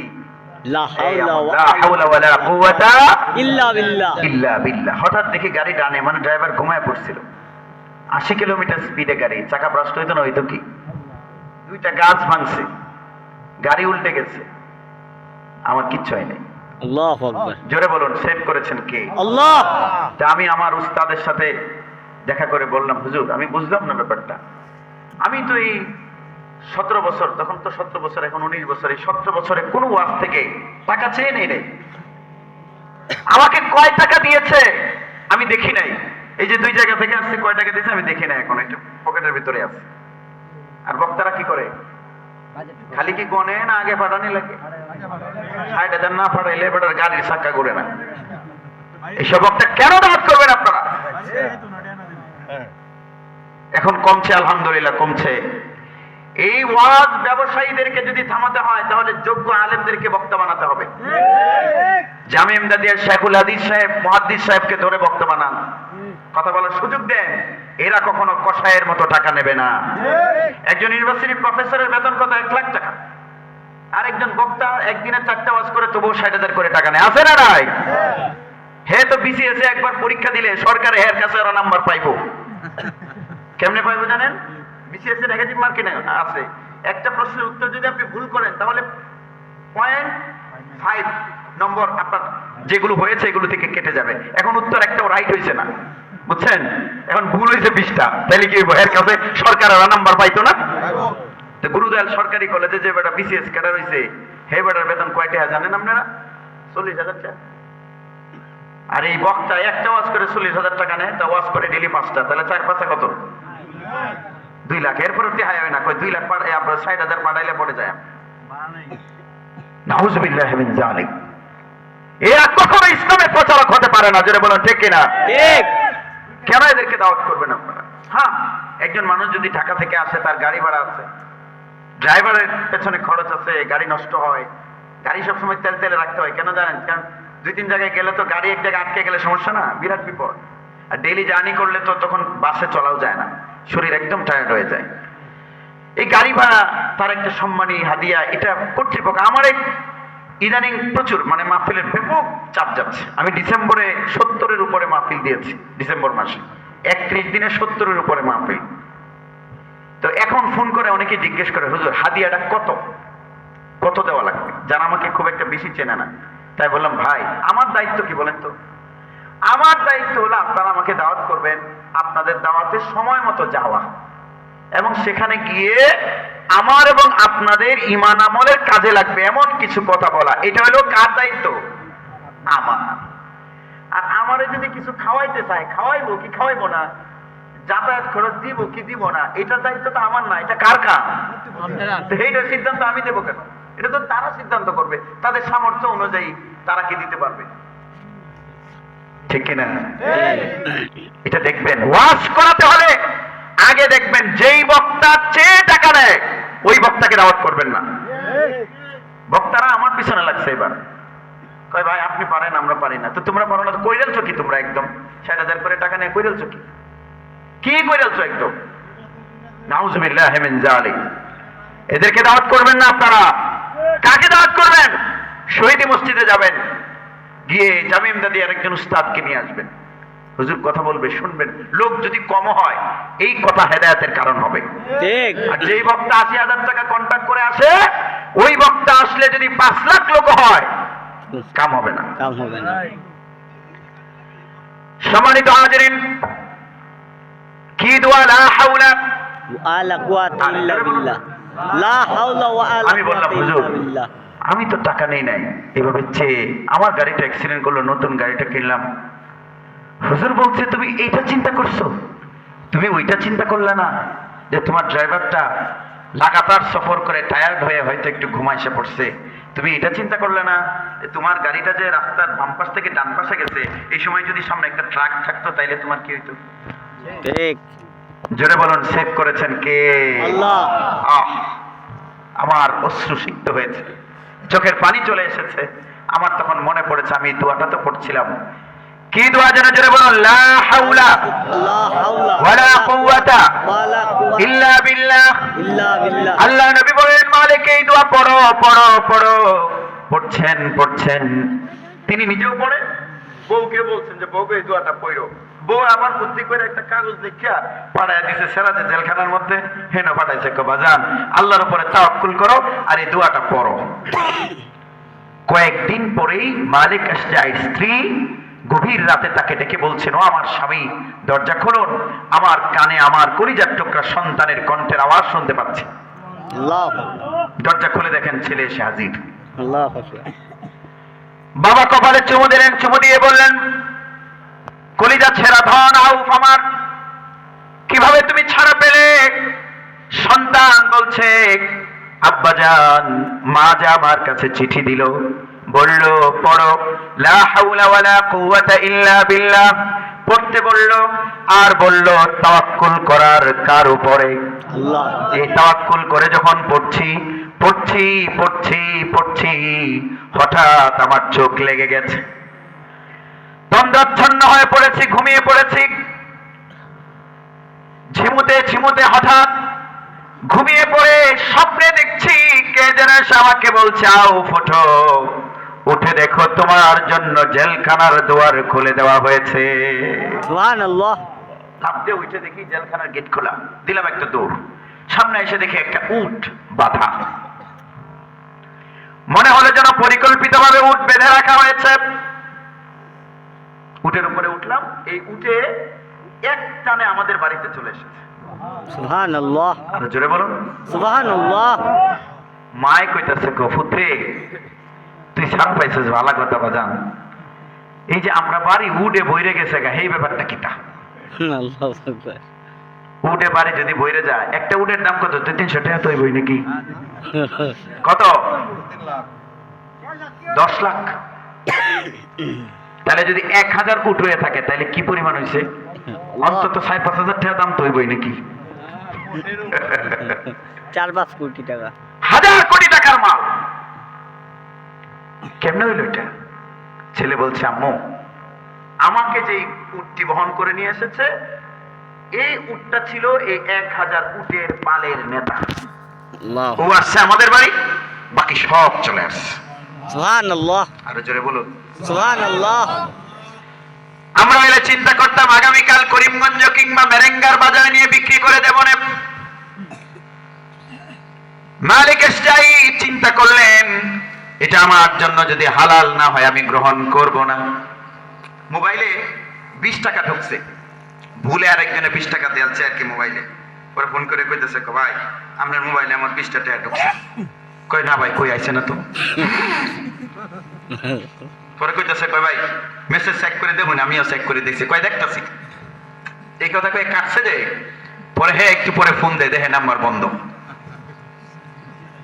যারা বলেন এরকম পাবলিক বাংলাদেশে নাই? আছে, তবে আমাদের বলাই কিন্তু নাই, মাশাআল্লাহ। মাত্র কয় টাকা? 20 টাকা। 20 টাকা না 20 টাকা? 20 টাকা। চিন্তা করেন, আর 1000 কোটি টাকার মাল বলছে আমার না হলে আমি গ্রহণ করব না। এইরকম নাগরিক বানাতে পারলে দেশ সোনার দেশে পরিণত হয়ে যাবে, ঠিক কিনা? ঠিক। ছুটে গেলেন আল্লাহর নবীর দরবারে, গিয়ে বলছেন, ইয়া রাসূলুল্লাহ, আমার কলিজার টুকরা সন্তান আউফ তো ছাড়া পেল। নবীজি সাল্লাল্লাহু আলাইহি ওয়াসাল্লাম বললেন, আল্লাহর শুকরিয়া জানাও। মালিক আশটাই বলছেন, ইয়া রাসূলুল্লাহ, ঘটনা তো আরেকটা ঘটে গেছে। বলুন তো কি ঘটনা? উট, জোরে বলুন। উট। উটে কি হয়েছে? এই এলাকা ভরে গেছে। নবীজি বলেন, হয়েছে কি? তিনি বলছেন যে এটা আমার জন্য হালাল কিনা আপনার কাছে জানতে আসলাম, হালাল না হলে আমি গ্রহণ করব না। আল্লাহ নবী সাল্লাল্লাহু আলাইহি ওয়াসাল্লাম বলেন, ও মালিক, তুমি তোমার স্ত্রী এবং সন্তান যে বিশ্বাস করেছিলে তোমার সন্তানের মুক্তি দেবার মালিক আল্লাহ, এই বিশ্বাসের কারণে আরশের মালিক আল্লাহ তোমার সন্তানকে মুক্তি তো দিলেন, পাশাপাশি 1000 উট তোমাদের জন্য তাওয়াক্কুলের পুরস্কার হিসেবে হালাল রিজিক হিসেবে দান করেছে। সুবহানাল্লাহ। জোরে বলুন, সে আল্লাহ আমাদের জন্য আছেন না নাই? আছেন। তাহলে তাওয়াক্কুল করতে হবে কার উপর? আল্লাহ। 2 নাম্বার, দ্রুত বলে ফেলবো, আত্মীয়তার বন্ধন রক্ষা করা। এখন কি রক্ষা করে না ছিন্ন করে? চিহ্ন করে। আরে ভাইটাটা একটু বড় লোক হইলে মামুরে চেনে না। চিনে না। মামু বিত্তশালী, ভাগ্নেদের খোঁজখবর রাখে না, আছে না নাই? আছে। আল্লাহ নবী সাল্লাল্লাহু আলাইহি ওয়াসাল্লাম বলেছেন, মান সাররাহু আন ইয়ামুদ্দা লাহু ফি উমরিহি ওয়া ইউযাদা লাহু ফি রিজকিহি ফালইয়াসিল রাহিমাহু। যে চায় তার হায়াত বাড়ুক, আপনাদের হায়াত বাড়ুক, এটা আপনারা চান না তো নাকি? সারা জোরে সবাই চান, রিজিক বাড়ুক চান, তাহলে আত্মীয়তার বন্ধন রক্ষা করতে হবে। গাছে কাঁঠাল হয়েছে 13টা, যেটা বলুন কয়টা হয়েছে? 13টা হইলে কয়ালি হয়েছে? 3 আলি একটা, আবার বলুন, কয়ালি? 3 আলি একটা। 2 কাঁঠাল লয়ে গেছে বইনের ভাই, গিয়া কইতেছে, কুলসুম তোরে কতদিন ধরে দেখি না, এই কাঁঠাল গাছ লাগাইছিস যে তুই, কাঁঠাল গাছে কাঁঠাল হয়েছে, আমি নিয়ত করছি তোরে ছাড়া খাইতাম না। ভাইরা আমার, বোনকে বলল, বোন রে, তুই যদি না যাস, শীতের মৌসুমে তুই যতদিন না যাবি ততদিন পর্যন্ত দুধ চিতই পিঠা বানানো হবে না। এই কথা বোনের পাশে বসে ভাই বলছে, বোনের মন খুশি না? মাহফিলে আছে, এই উপর থেকে আরেকজন খুশি, জোরে বলুন তিনি কে? আল্লাহ বলবেন, মাহফিলে আছে, অনফুল দেখলাম। স্ক্যানার বানায় দাও, আমারই তো রিজিক দিয়ে দাও। সম্মানিত হাজিরিন, আরে ছোট ভাই কোরবানি দেয়, বড় ভাই অপেক্ষা আছে, আমার ভাই গোশতটা আমার ঘরে আগেই দিব, কিন্তু দিল না। 3.5 কিলোমিটার দূরে শালিকার বাড়িতে পাঠিয়েছে, ভাইয়ের ঘরে দেয় না। জোরে বলুন আছে না নাই? আছে। আহ, কেন বলতে পারলে না যে ভাই, দাদা ভাই আগামীকাল আয় পড়ল? এই বাইরে অনেকে কি ডাকে আয় পড়ল, কই কেন লাগে কুরবানি করবে না? তো বলছে যে কুরবানি তো তুই করবি, আমার কি? বলছে না, গরু কিনেছি 7 জনের পক্ষ থেকে কুরবানি করা যায়, প্রথম নামটা তোমার। তো বড় ভাই বলছে কেন, এটা কি বলিস তুই? বলছে হ্যাঁ, আমি ভুলিনি, তুমি যখন ক্লাস 7-এ পড়তে, আমি তখন ক্লাস 4-এ পড়তাম, তুমি আমার চেয়ে মেধাবী ছিলে। তুমি যদি পড়তে, আমি তো হয়েছি সামান্য ডাক্তার, এই ডিপ্লোমা ডাক্তার, তুমি হতে এমবিবিএস ডাক্তার। আমি তো হয়েছি কলেজের প্রফেসর, তুমি হতে বিশ্ববিদ্যালয়ের শিক্ষক।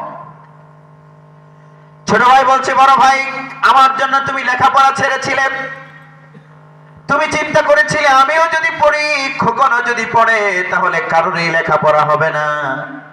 এই চিন্তা করে তুমি তো রিক্সা চালিয়েছিলে, আমাকে টাকা দিয়েছিলে, সেই টাকা দিয়ে ঢাকা বিশ্ববিদ্যালয়ের ইংরেজি বিভাগ থেকে আমি স্নাতক এবং স্নাতকোত্তর পাশ করেছি। ভাই গো, তুমি যদি সেদিন রিক্সা না চালাতে, আমি আজকে প্রফেসর ডাক্তার হতে পারতাম না। আমি তোমাকে ভুলি নাই, গরুর 1 নাম্বার নামটা তোমার হবে। এমন বললে ভাইয়ের মন খুশি না বেজা? খুশি। আরস থেকে আরেকজন খুশি, তিনি কে? আল্লাহ। আত্মীয়তার বন্ধন রক্ষা করুন, ভাইয়ের খোঁজ খবর রাখুন, বোনের সাথে সম্পর্ক টাইট করুন। আল্লাহ নবী সাল্লাল্লাহু আলাইহি ওয়াসাল্লাম বলেছেন,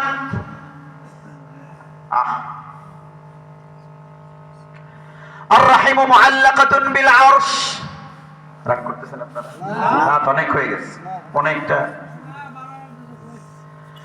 আত্মীয়তার সম্পর্ক আল্লাহর আরশের সাথে বাঁধা। কার সাথে বাঁধা? আরো জোরে। আল্লাহ। আমান ওয়াসালাহু ওয়াসালাহুল্লাহ। যে ব্যক্তি আত্মীয়তার বন্ধন রক্ষা করবে, আল্লাহ ওই ব্যক্তির সাথে আল্লাহর সম্পর্কটা রক্ষা করবেন। ঠিক। আচ্ছা, আল্লাহ আমাদের সাথে মালিক হিসেবে আমাদের সাথে সম্পর্ক রাখুক, আমরা তো চাইতে চাই না। চাই। চাইলে আত্মীয়তার সম্পর্ক রক্ষা করতে হবে। সেরাই খালি গপ্প করে মানুষের কাছে কয়, আমার মামার গুলশানে 13 তলা বাড়ি আছে। কয় তলা বাড়ি? 13 তলা। স্বপ্ন মামার বাড়িতে বেড়াতে যাবে। এসএসসি পরীক্ষা দিয়েছে, এইচএসসিও দিল, বিশ্ববিদ্যালয়ে ভর্তি কোচিং করেছে, ঢাকা বিশ্ববিদ্যালয়ে ভর্তি পরীক্ষা দেবে। মনে মনে স্বপ্ন, ইউনিভার্সিটির ভর্তি পরীক্ষার পরে সময়টা খুব ফ্রি থাকবে, মামার বাসায় যাব, 10-15 দিন বেড়াবো, ঢাকায় চিড়িয়াখানা, জাদুঘর সব দেখবো, ভালো ভালো খাবার খাবো। মামার গাড়ি হলো 4টা হলে কয়ালি হয়েছে, একটা দিয়ে নিজে চলেন, আরেকটা দিয়ে বউ মার্কেট করে, আরেকটা দিয়ে পোলাপান স্কুলে যায়, আরেকটা দিয়ে নিজে বিদেশি কূটনৈতিকদের সঙ্গে মিটিং করলে এটা দিয়ে যায়, বেশি দামি আর কি। তাহলে ভাগ্নের সেখানে আশা করার মতো যৌক্তিকতা আছে না নাই? অনেক বউয়েরা আছে, মনোযোগ দিয়ে শুনুন, বোনেরাও শুনবেন, মায়েরা শুনবেন। বোন যদি ওয়ারিশ নিয়ে যায়, ওই বোন বাপের বাড়িতে আসলেই বলে নিসজ গানা অহন আজকে রে। ঠিক আছে, যেটা নিছে এটা কাটটা নিছে, বাপেরটা নিয়েছে। আপনার কাঁঠাল, আপনার জাম, আপনার আম, আপনার ধান, সব কিছুতে আপনার বোনের হক আছে না নাই? আছে। জান না কেন সেটা? আমার ভাইয়েরা, তো ভাগ্নে গেছে ঢাকায় ভর্তি পরীক্ষা দিতে। প্রথম দিন ঢাকা বিশ্ববিদ্যালয়ে ভর্তি পরীক্ষা ছিল, মামার সাথে দেখা সাক্ষাৎ নাই। তো পরের দিন জগন্নাথ বিশ্ববিদ্যালয়ে ভর্তি পরীক্ষা দিয়ে যখন মামার বাসায় ঢুকে, তখন এই মামার সাথে দেখা। কই কেডারে তুই? কই আমি জরিনার ফুত। তোমার বোন যে জরিনা? মামা জরিনার ছেলে। কই কবে এসোস? কই মামা কালকে এসে। কই যাবে কবে? মনে চাস না করে, তোর মা না তোর লেগে চিন্তা করতেছে। মা কি করতেছে?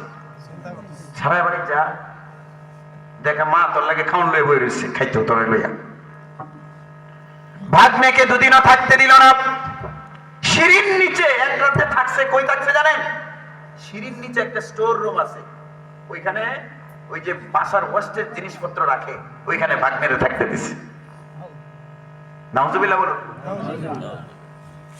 ভাইরা আমার,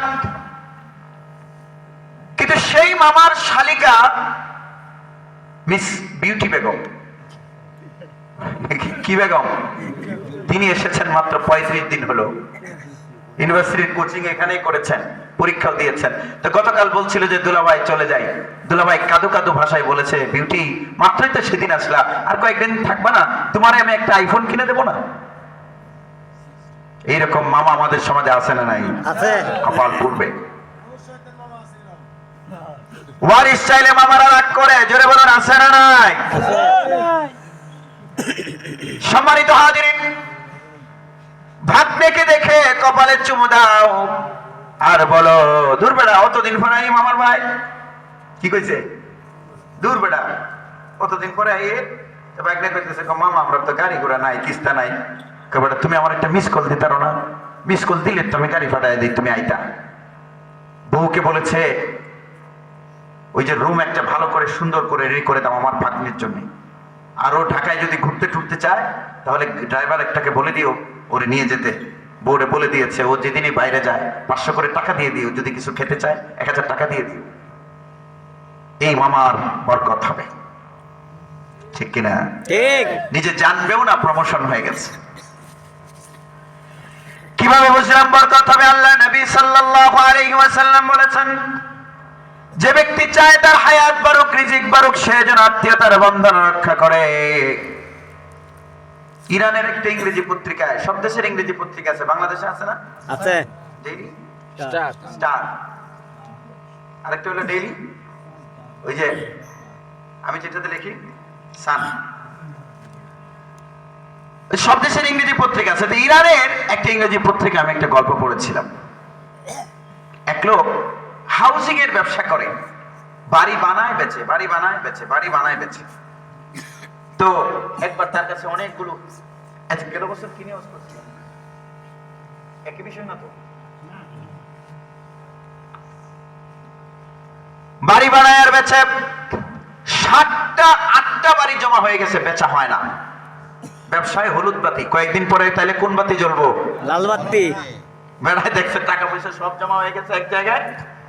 পরে এক পীরের কাছে গেছে, গিয়ে বলছে যে আমার ব্যবসায় বাতি লাল হয়ে গেছে, সবুজ বানায় দেন।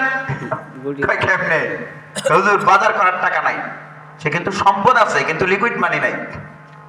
তো পীর সাহেব বসে সব কথা শুনলো, কি হয়েছে? বললো যে হুজুর অনেকদিন ধরে ব্যবসা খারাপ যাচ্ছে, বিল্ডিং বানিয়েছে, বেচতে পারি না, এখন তো টাকা পয়সা নাই। ওই মিস্ত্রিরা কাজ করেছিল, টাকা দিতে পারছে না। এই আপনারা বসুন বসুন, রাস্তা দিয়ে যারা আসছেন বসে পড়েন, দোয়া হয়ে যাবে কিছুক্ষণের মধ্যে। 4 জন আসছে আরো নতুন, মাশাআল্লাহ। মাশাআল্লাহ। রাত্রে 1টার সময় 4 জন আসলে এটারে 4000 মানুষ ধরন লাগে, ঠিক কি না? ঠিক। মাশাআল্লাহ। আপনারা বসুন, এই 2 জন বসে পড়ুন, বসুন। সম্মানিত হাজিরিন, পীর সাহেব বললেন তোমার ভাই বোন কতজন? তিনি বললেন আমার 2টো বোন আছে। 2 বোনের একজন ব্যবসায়ী ছিল আর একজন চাকরিজীবী হাজবেন্ড। চাকরিজীবী বোনের অবস্থা ভালোই আছে, স্টেবল, কিন্তু ব্যবসায়ী যেটা, এটা একসময় অনেক বড় লোক হয়ে গেছিল, পরে লস খেয়ে ফতুর হয়ে গেছে। বললো যে তোমার বোনে থাকে কই? সে বলছে ভাড়া বাড়িতে থাকে, বাড়িটাও বিক্রি করে দিয়েছে ব্যাংক লোনের তাড়ায়। সম্মানিত হাজিরিন, বোনের কোনো বাড়ি নাই। পীর সাহেব বললেন তাহলে বোনকে তোমার 8টা বাড়ি থেকে 1টা বাড়ি দলিল করে দিয়ে দাও। হে কতক্ষণ ঘুরে গেলে এক হইতেছে, হুজুর সহজ কোনো আমল নাই। কি আমল? সহজ আমল। পীর সাহেব বললেন দিস ইজ অনলি ওয়ে, এটাই সমাধান। চলে গেল 1 সপ্তাহ পরে সে বলছে হুজুর বোনের আমি 5000 টাকা দিলাই। আরো সহজ। তবুও কি করবে না? বাড়ি দিতাম না। আরে জোরে, বাড়িটা দলিল করে দিব না, দেবে না। পীর সাহেব বললেন তোমার এই 8 বাড়ি কত বেচতে চাও?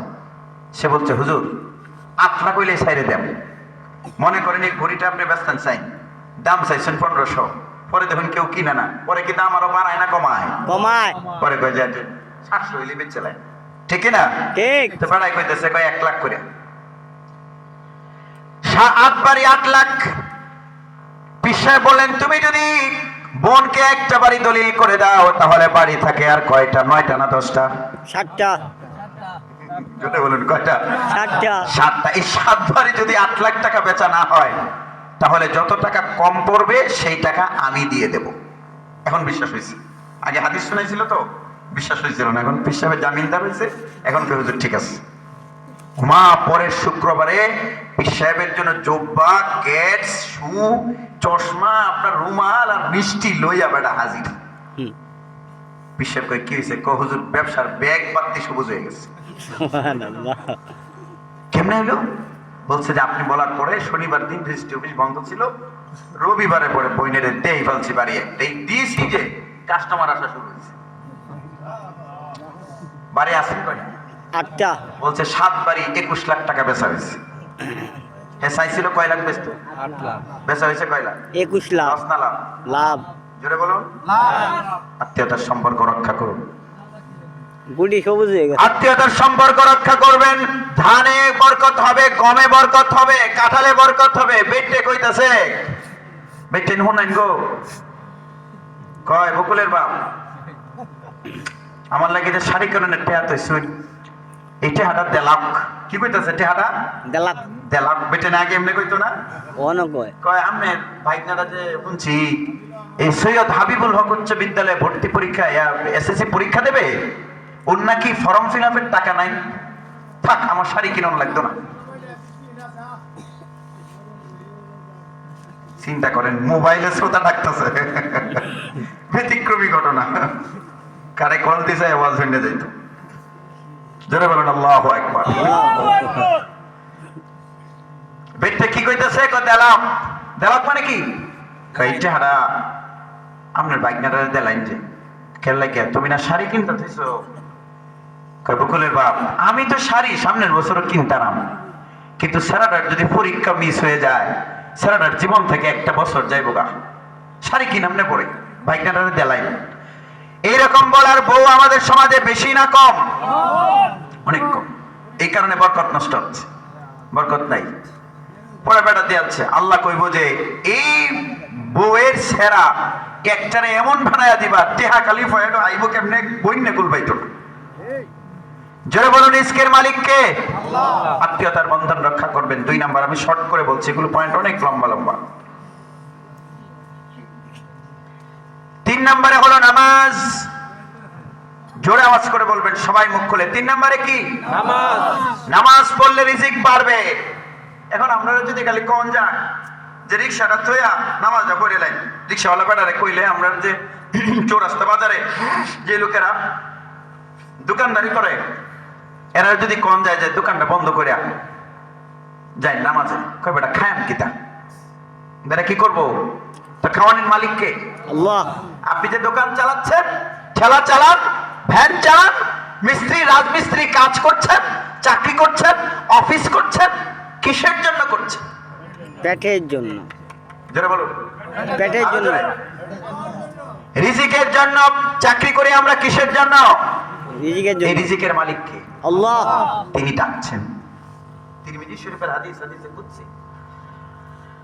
আল্লাহ নবী সাল্লাল্লাহু আলাইহি ওয়াসাল্লাম বলেছেন, আল্লাহ রাব্বুল আলামিন ডাকেন, ইয়া ইবনে আদম, হে আদমের সন্তান, তাফাররাগ লিইবাদাতি আমলাউ সাদরাকা গিনা। হে বলায় আদমের সন্তান রে, বড় রে তুই খালি রিকশা চালাস, তোর ঘর থেকে ঋণ যায় না, অভাব যায় না, তুই আয় আমার সিজদা কর, আমি আল্লাহ তোর বুকটাকে ধন দিয়ে ভরে দেব। সুবহানাল্লাহ। সবাই জোরে বলুন সুবহানাল্লাহ। সুবহানাল্লাহ। আল্লাহ চাইলে আমাদেরকে প্রাচুর্য দিতে পারেন কি পারেন না? পারেন। এই জন্য আপনারা নামাজ পড়তে রাজি আছেন তো ইনশাআল্লাহ? ইনশাআল্লাহ। যদি আমি বেশি লম্বা করি ফজর মিস হবে, বেশি লম্বা করব না। সম্মানিত হাজিরিন, নামাজের বেনিফিট কয়েকটা বলি, মনোযোগ দিয়ে শোনো। 1 নাম্বার হলো রিজিকের অভাব দূর হয়ে যাবে। মা বোনেরা নামাজ পড়বেন, মায়েরা নামাজে 3টা ভুল করেন, মহিলাদের নামাজে ভুল হলো 3টা কমন মিস্টেকস। 1 নাম্বার হলো নামাজ পড়ে দেরিতে।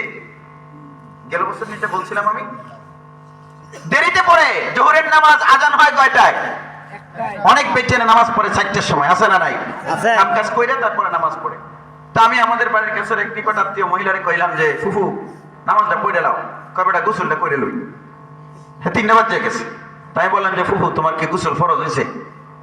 বেটি কইতাছে, কই দূর বেটা, তোর ফুফা মারা গেছে কয় বছর আগে, গোসল ফরজ হইব কেমনে? আমি বললাম ফুফু গোসল যদি ফরজ না হয় তাহলে এখন ওযু করে নামাজ পড়ে ফেলো। 4টার সময় ধান ঘরে নিয়ে পরে আবার গোসল করতে পারবে। মহিলাদেরকে বলিস নামাজ সময় মতো পড়বেন। 2 নাম্বার, অনেক মহিলারা শাড়ি পরে নামাজ পড়ে, শাড়ি পরে নামাজ পড়লে নামাজ হয় না। শাড়ি পরে যদি নামাজ পড়া হয় পেট উদুম পিঠ উদুম আছে না নাই? নামাজে সতর ঢাকা ফরজ, আর পুরুষের সতর হলো নাভির উপর থেকে হাঁটুর নিচ, আর নারীর সতর পুরো শরীর। ঘরে যদি কেউ না থাকে তবুও পুরোটা শরীর থেকে নামাজ পড়তে হবে। ঠিক এই মহিলারা কিন্তু এসব জানে না, অনেক মহিলারা জানে না, ঠিক না? ঠিক। মা বোনেরা শুনুন, সতর যদি খুলে যায় 3 তাসবিহ পরিমাণ সময় যদি সতর খুলে যায় নামাজ ভেঙে যাবে। এই যে অনেক ছেলেরা প্যান্ট পরে আর শর্ট জামা পরে, শার্ট যখন সিজদায় যায় রুকুতে যায় তখন শার্ট উপরে চলে আসে, প্যান্ট ওই দিক দিয়ে নিচে চলে যায়, মাঝখান দিয়ে সদরঘাট দেখা যায়। ভাই বল আছে না নাই? আছে। এটা কোনো স্মার্টনেস না, তুমি ব্যাকডেটেড হবে এটা করলে। তোমার নামাজ হচ্ছে না, সতর খুলে যাচ্ছে। মা বোনদেরকে বলে এই জন্য নামাজের হিজাব পাওয়া যায়, যেগুলো পরে নামাজ পড়বেন। আরেকটা ভুল হলো অনেক মহিলারা বসে বসে নামাজ পড়ে, দাঁড়িয়ে নামাজ পড়ে না। দাঁড়িয়ে নামাজ পড়া ফরজ, নামাজে কিয়াম করা কি ফরজ। এই যে মসজিদে যারা চেয়ারে নামাজ পড়ে নামাজ হবে না। চেয়ারম্যান আমাদের এলাকায় না থাকতে পারে, অন্য এলাকায় আছে না নাই? 25 কেজি ওজনের ব্যাগ বাজার থেকে বাড়িতে নিয়ে যায়, এটা পারে। কুদাল দিয়ে আইল লয়, আইল লনি বুঝেন আপনারা? এই যে আইল কাটে যে, হেই বেড়ায় মসজিদে গেছে এর বইয়া নামাজ পড়ে, আছে না নাই? না না না, কি বলছেন আপনারা? এই যে হাসলে কিন্তু গুনাহ হবে, গুনাহ হবে, হাসবেন না। এখন তো আর উনি নামাজ পড়তেছেন না, এইভাবে বইলে কোনো সমস্যা নাই, কিন্তু নামাজের সময় দাঁড়িয়ে নামাজ পড়তে হবে। অনেকগুলো কারণ আছে, তবে এক লোকের চেয়ারে বইয়া নামাজ পড়লে নামাজ হবে। একজন লোকের, সে কে? যে হুইল চেয়ারে চলে। এরকম লোক আছে না নাই? উঠতেও পারে না, বইতেও পারে না, চেয়ারেই তার অবলম্বন, সে চেয়ারে বসে নামাজ পড়লে নামাজ হবে। এছাড়া যদি আমাদের কারো অভ্যাস থাকে চেয়ারে বসে নামাজ পড়ার, আমার প্রতি রাগ না করে আপনার চেয়ার ছেড়ে প্রয়োজনে নিচে বসে নামাজ পড়বেন, ঠ্যাং পশ্চিম দিকে দিয়ে নামাজ পড়বেন, ঠিক আছে? এটাই নিয়ম। পশ্চিম দিকে ঠ্যাং দেবেন, কেবলার দিকে ঠ্যাং দিয়া আপনি নামাজ পড়বেন, বসে বসে বসে বসে এই রুকুতে মাথা হেলাবেন। যদি না পারেন শুয়ে নামাজ পড়বেন, নামাজ ছাড়া যাবে না। কিন্তু চেয়ারের অভ্যাস যদি থাকে আজকে থেকে আস্তে আস্তে ছেড়ে দিবেন ইনশাআল্লাহ। আরেকটা বিষয় আছে, চেয়ারে দাঁড়ালে দেখবেন কাতার ঠিক থাকে না, চেয়ারের কাতার ঠিক থাকে, ওই লোকের কাতার ঠিক নেই, ঠিক না? সম্মানিত হাজিরের জন্য মা বোনদেরকে বলি, আপনারা দাঁড়িয়ে নামাজ পড়বেন না, বসে নামাজ পড়বেন। ভাইরা আমার, নামাজ দিয়ে কথা হচ্ছিল। নামাজের 1 নাম্বার বেনিফিট হলো নামাজ পড়লে রিজিকের অভাব থাকবে না। 2 নাম্বার হলো সারা দিনের কাজ ইবাদত হয়ে যাবে। রিকশা চালান কে কে হাত তুলুন। আপনি দাঁড়ান, এই যে মাফরারুল্লাহ দাঁড়াও, নাম কি? আচ্ছা, তুমি আমার একটা প্রশ্নের উত্তর দাও তো রাজন ভাই। তুমি রিকশা চালাও যে, তো এরা খুব ভালো মানুষ বুঝছেন, একসাথে আমার রয়েছে গাইডাল থেকে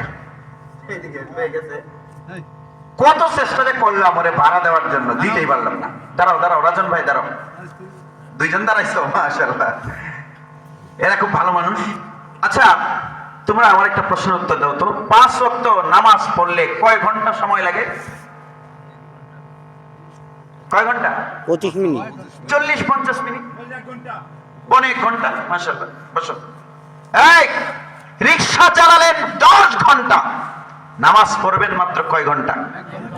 এই 1 ঘন্টা যদি আল্লাহরে দিয়ে যান, হাসরের ময়দানে দেখবেন সারাদিন যে পেডেল ঘুরাইলেন, ওই সারাদিন নফল নামাজ পড়ার সমান সওয়াব। আল্লাহকে বলবেন, আল্লাহ আমি তো এত নফল নামাজ পড়িনি। আল্লাহ জানাবেন, বান্দারে তুই যে চৌরাস্তা বাজারে জামাতের সাথে ফজরের নামাজ পড়ে রিকশা নিয়ে বের হলি, আবার শহরে নূর মসজিদে জোহরের নামাজটা পড়লি জামাতে, এই কারণে সারাদিন রিকশা চালিয়ে তুই 1200 টাকা ইনকাম করেছিস, এরপরেও আমি আল্লাহ তোর সারাদিনের রিকশা চালানোকে নামাজের সওয়াব দিয়ে দিয়েছি। আমাদের কাজগুলো ইবাদত হয়ে যাক, আমরা তা চাই কি চাই না? গেল 2 নাম্বার। 3 নাম্বার, হাসরের ময়দানে আল্লাহর আরশের ছায়ার নিচে জায়গা পাওয়া যাবে। আরো জোরে, হাসরের ময়দানে আল্লাহর আরশের ছায়ার নিচে জায়গা পেতে আমরা চাই কি চাই না? কে কে চাই একটু হাত তুলে দেখাই তো। লিল্লাহি তাকবীর, হাত নামান। সূর্য এখন পৃথিবী থেকে প্রায় 14.96 কোটি কিলোমিটার, 14.96 কোটি কিলোমিটার দূরে সূর্য। এই সূর্যটা যখন তাপ দেয়, ওই তাপ আসে যে মাঝখানে একটা ফিল্টার আছে, ওই ফিল্টারকে বিজ্ঞানীরা নাম দিয়েছে ওজোন লেয়ার। এই শোনো রাজন মিয়া, ভালো করে শোনো, বাংলায় বলে ওজোন স্তর। একটা ছাঁকনি আছে, উপরে একটা ছাঁকনি আছে, এই কি আছে? এটা হলো 10 কিলোমিটার লম্বা। আচ্ছা, 10 কিলোমিটার লম্বা কোন ছাঁকনি আমরা এই বাজারে বেচে তো নাকি? কিশোরগঞ্জ ছাঁকনি 10 কিলোমিটার লম্বা বেচতে দোকান বানানো লাগতো না? 11 কিলোমিটার লম্বা।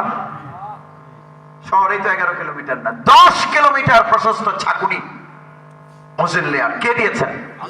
ওই ছাঁকুনি দিয়ে ছেকে ছেকে ছেকে ছেকে সূর্যের তাপটা আসে। 15 কোটি হইলে এর থেকে হাবিবনগর তৈরি নাকি? 15 কোটি কিলোমিটার দূর থেকে তাপ আসে। এরপরও চৈত্র মাসে যখন আমরা বোরো ধানের খেতে কাজ করি, কয়েক মিনিট পর পর ক্ষেত ছেড়ে গাছের ছায়ায় বিশ্রাম করতে হয়, সহ্য হয় না। এবার বলুন, হৃদয়ের জানালা খুলে শুনবেন, মনোযোগ দিয়ে, আন্তরিকতা দিয়ে, ইখলাস দিয়ে শুনবেন, আমলের নিয়তে শুনবেন। ও ভাইরা, হাসরের ময়দানে সূর্যকে আরো দূরে থাকবে না, কাছে ছাকনি থাকবে না। সেদিন আল্লাহর আরশের ছায়া ব্যতীত আর কোনো ছায়াও থাকবে না। এই বসো তোমরা দুইজন, তাড়াতাড়ি বসে পড়ো। ওই ছায়ার নিচে জায়গা পেতে আমরা চাই কি চাই না?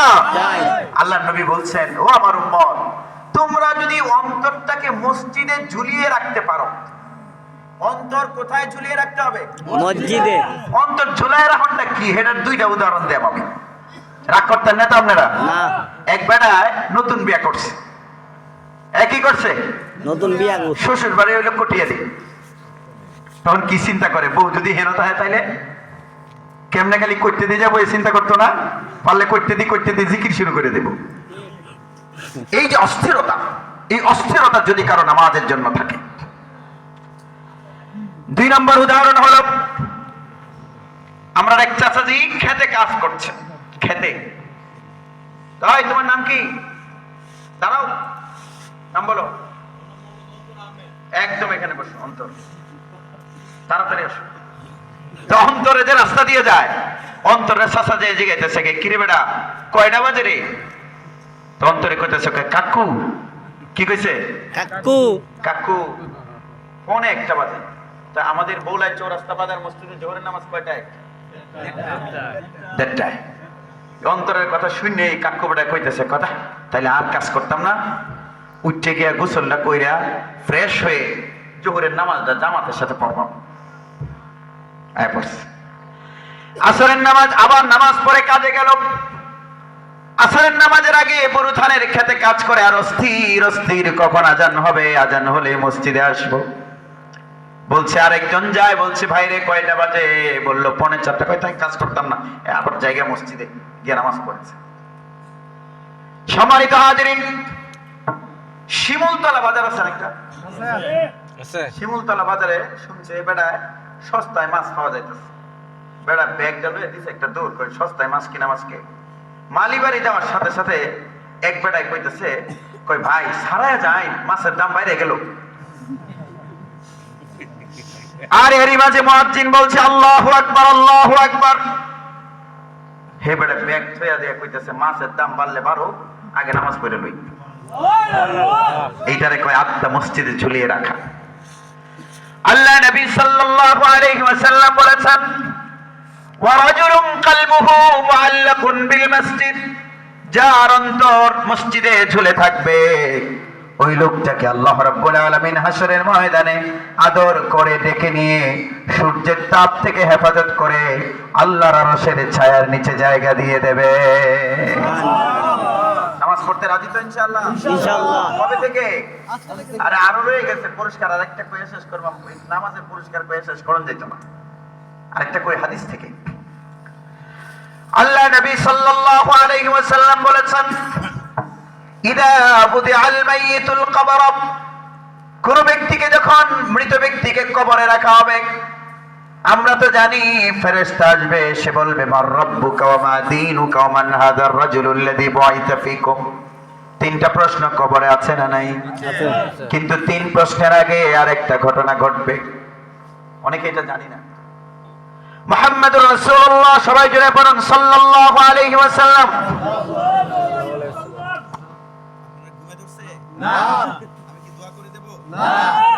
আরো 1 ঘন্টা।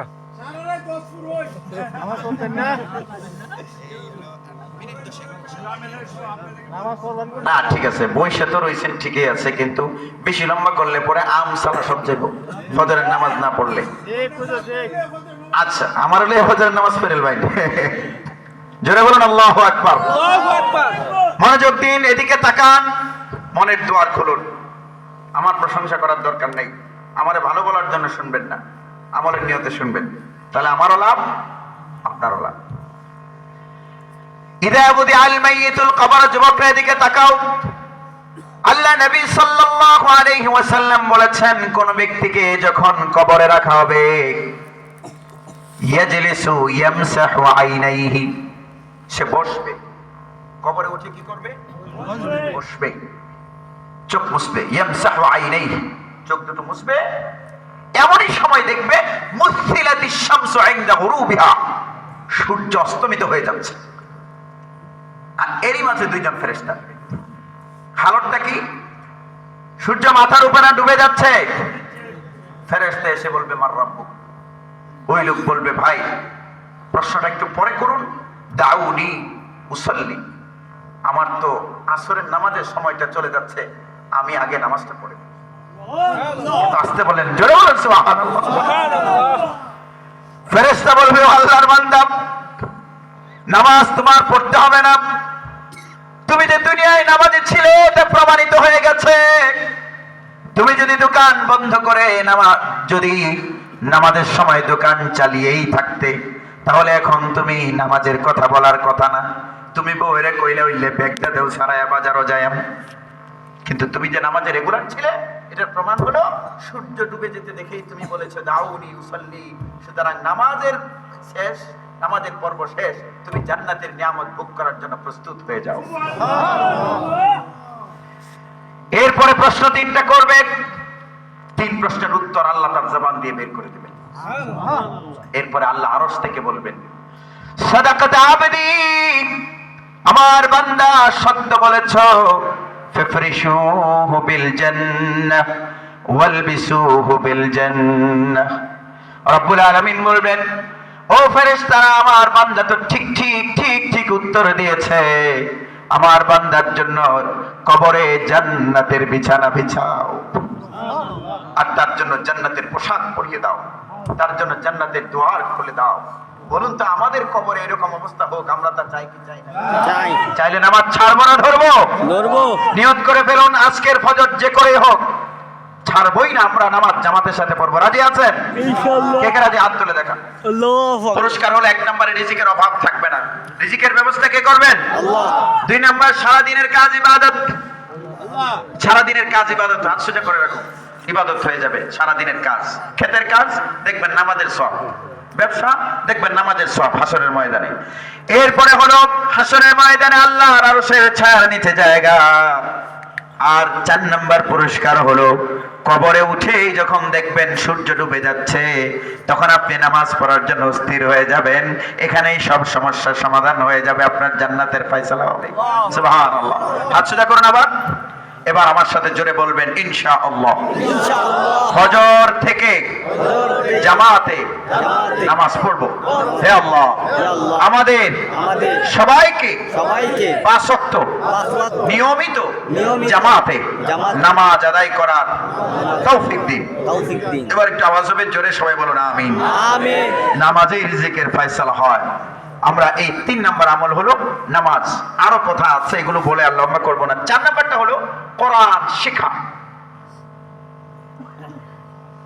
নামাজ পড়লেই যে রিজিক বাড়ে, সেটা নামাজে রিজিকের ফয়সালা হয়। বলছি মনে হয় আপনাদের সামনে, কারণ আপনি তো প্রচুর, আপনার এই 70টার মতো কিশোরগঞ্জে ওয়াজ করতে হয়, কারণ কোন জায়গায় কোনটা করছে এটা মনে থাকে না, এটা সম্ভবও না। এটা যে 1 বছরে তো মনে থাকতো, অলরেডি আমার ওয়াজের সময় 19 বছর। সম্মানিত হাজিরিন, মিশরের আল আজহার বিশ্ববিদ্যালয়ে পড়ে এক ছেলে, বাড়ি নাইজেরিয়াতে। 40 বছর আগের কথা। টাকা শেষ, বাড়িতে চিঠি দিয়েছে, চিঠি যেতে সময় লেগেছে 20 দিন, চিঠির উত্তর আসতেও তো 20 দিন। বাবা টাকা রেডি করেছে, এরই মাঝে বিশ্ববিদ্যালয়ের হল বন্ধ, ইউনিভার্সিটিতে পড়া ছাত্র, রিজিকের অভাব, টাকা নাই, খাবার নাই, 5 ওয়াক্ত নামাজি ছিল। এক বন্ধুর মেসে গিয়ে উঠেছে, নফল নামাজ পড়ে আর দোয়া করে, আল্লাহ তুমি আমার জন্য রিজিকের ফয়সালা করো, কাজের ব্যবস্থা করে দাও। 2 দিন হয়ে গেছে, নামাজ পড়ে পড়ে দোয়া করে, রিজিকের ফয়সালা নাই। 3য় দিন ফজরের নামাজের পরে মসজিদে বসে থেকেছে, ইশরাকের নামাজ পড়েছে, সূর্য উদিত হবার পর 2 রাকাত নামাজ। আল্লাহ নবী সাল্লাল্লাহু আলাইহি ওয়াসাল্লাম বলেছেন, যে ব্যক্তি ফজরের নামাজ জামাতে পড়বে, তারপর মুসাল্লায় বসবে, সূর্য ভালো করে ওঠার পরে 2 রাকাত নামাজ পড়বে, কানা কাহাজ্জাতাইন ওয়া উমরাতাইন, তার আমলনামায় 2টা হজ এবং 2টা উমরার সমান সওয়াব দেওয়া হবে। এই বসো, তোমরা বসো, জোরে বলেন সুবহানাল্লাহ। বসো, তাড়াতাড়ি এদিকে এসো, ঘোরাঘুরি করবে না, বসে বসো। শোনো, মুরব্বী মানুষগুলো কত কষ্ট করে বসে আছে, সারাদিন সবাই কাজ করেছেন, ঠিক না? কাজ করছেন না আপনারা? জি। টায়ার্ড শরীরের পরে তো বসে আছেন, কেউ বলে না উঠবো। ভাইয়েরা আমার, বাবাজিরা, চাচাজিরা, মনোযোগ দিয়ে শুনুন। 3য় দিন ইশরাক পরে রাস্তায় কাজ খোঁজে, কাজ খোঁজে, কাজ খোঁজে, কাজ পায় না। 2 রাকাত নফল নামাজ পড়ে বেরিয়ে গেছে, কাজ পেল না। হঠাৎ করে দেখে এক বাড়ি থেকে সুস্বাদু খাবারের ঘ্রাণ আসছে। তো খাবার চামচে করে দেখে, যে আগে তো বাংলা ঘর ছিল, ঠিক না? এখন তো সব ইংরেজি ঘর হয়ে গেছে নাকি? বাংলা ঘরে খাবার বাড়া দেখে সেই ঘরে ঢুকলো, ঢুকে চামচে করে খাবার মুখের কাছে নিয়েছে, খাবে। এমন সময় মনে পড়লো এই খাবারের মালিক তো আমি না। জোরে বলুন। সে চিন্তা করছে, মালিক তো আমি না। আল্লাহ যদি আমাকে জিজ্ঞেস করেন হাসরের ময়দানে, বান্দারে তোকে তো আমি 30টি বছর খাইয়েছিলাম, তুই কেন আরেকজনের খাবার অনুমতি ছাড়া খাইলি? মালিক তো আমি না, আরেকজনের তো আমি খাবো কেন? এই চিন্তা করে খাবার আবার রেখে দিয়েছে। রেখে দিয়ে আবার গেছে ওই মেসে গিয়ে আরো 2 রাকাত নামাজ পড়েছে। এবার অশ্রুসিক্ত হয়ে বলছে, মালিক ক্ষুধার্ত হয়েছি, কিন্তু আমি তো রিজিক আপনার কাছে চাই, আপনি আমার রিজিকের মালিক। আপনি আমাকে রিজিক দিলেও আমার মালিক, না দিলেও আমার মালিক। আপনি দিলেও আমি নামাজ পড়বো, না দিলেও পড়বো। আর আমরা ওই যে 2-3 ওয়াক্ত নামাজ পড়ে পড়ছি না, নামাজ কামাই না তো। আছে না? আছে। তুমি আমারে রিজিক দিলেও আমি তোমার বান্দা, না দিলেও তোমার বান্দা। নামাজ পড়ে সালাম ফিরিয়েছে, শুধু এর মাঝে দরজায় কে যেন নক করছে, ঠক ঠক। দরজা খুলেই দেখে বিশ্ববিদ্যালয়ের এক শিক্ষক দাঁড়ানো। শিক্ষক বলছে, Abdullah, I have been looking for you for 3 hours. আমি তোরে 3 ঘন্টা ধরে খুঁজতেছি। হে তো বাইরে গেছিল, মনে নাই? ঘুরতে গেছিল যে। ছাত্র বলছে, স্যার খোঁজেন কেন? শিক্ষক বলল, খুঁজছি যে কারণ হলো তোর বিয়ে করতে হবে, চল তুই বিয়ে করবি। কি করবো? বিয়ে। হ্যাঁ, কই ফেটো বাপ নাই, আপনি আসেন বিয়ে লইয়া। ঘটনা কি? বলছে, মিশরের বড় একজন ব্যবসায়ী তার কন্যার বিয়ে ঠিক করেছিলেন এক ছেলের সাথে, দেখা দেখি হয়েছে, কিন্তু গতকাল বিকেল বেলায় গোয়েন্দা রিপোর্ট এসেছে এই ছেলের নামে মাদকের মামলা আছে মাত্র 11টা। চরিত্র ফুলের মতো পবিত্র না? পবিত্র গোলাপ ফুলের মতো। বলছে যে মেয়ের বিয়ে ভেঙে গেছে, আর এখন এত লোক দাওয়াত করা হয়েছে, এখন বলছে জামা একটা লই আই। মাঝে মধ্যে এরকম কিছু মানুষের কপাল খুলে কিনা। খুলে। এখন ওই লোক যেই ধরনের ছেলে চায়, তোর সাথে এগুলো মিলে, চল বিয়ে করতে হবে। ও মনে মনে চিন্তা করছে, বিয়া টিয়া যাই হোক, জোরে কই খাওয়াইবো তো, যাই। ওমা, বিশ্ববিদ্যালয়ের শিক্ষক তাকে ধরে নিয়ে যাচ্ছে। অবাক, যেতে যেতে যেতে যেতে দেখে যেই বাড়িতে একটু আগে খাবার চুরি করে খেতে ঢুকেছিল, সেই বাড়িতেই শিক্ষক তাকে নিয়ে গেছে। সুবহানাল্লাহ। বিয়ে হয়েছে, বাসার ঘরে কাঁদে, অশ্রুসিক্ত। বউ বলছে, কাঁদছো কেন? আমাকে কি তোমার পছন্দ হয়নি? ছেলেটি বলছে, কেন পছন্দ হবে না? তুমি তো বিউটি কুইন। আবার হচ্ছে ইউনিভার্সিটি থেকে স্নাতক এবং স্নাতকোত্তর, অপরূপ সুন্দরী, তোমাকে কেন পছন্দ হবে না? মেয়েটি বলছে, তাহলে তোমাকে কি কেউ অপমান করেছে? সে তখন অশ্রুসিক্ত হয়ে বলছে, না, আমাকে সম্মানিত করেছে। বলছে, কে? আপনারা বলুন তো কে? আল্লাহ।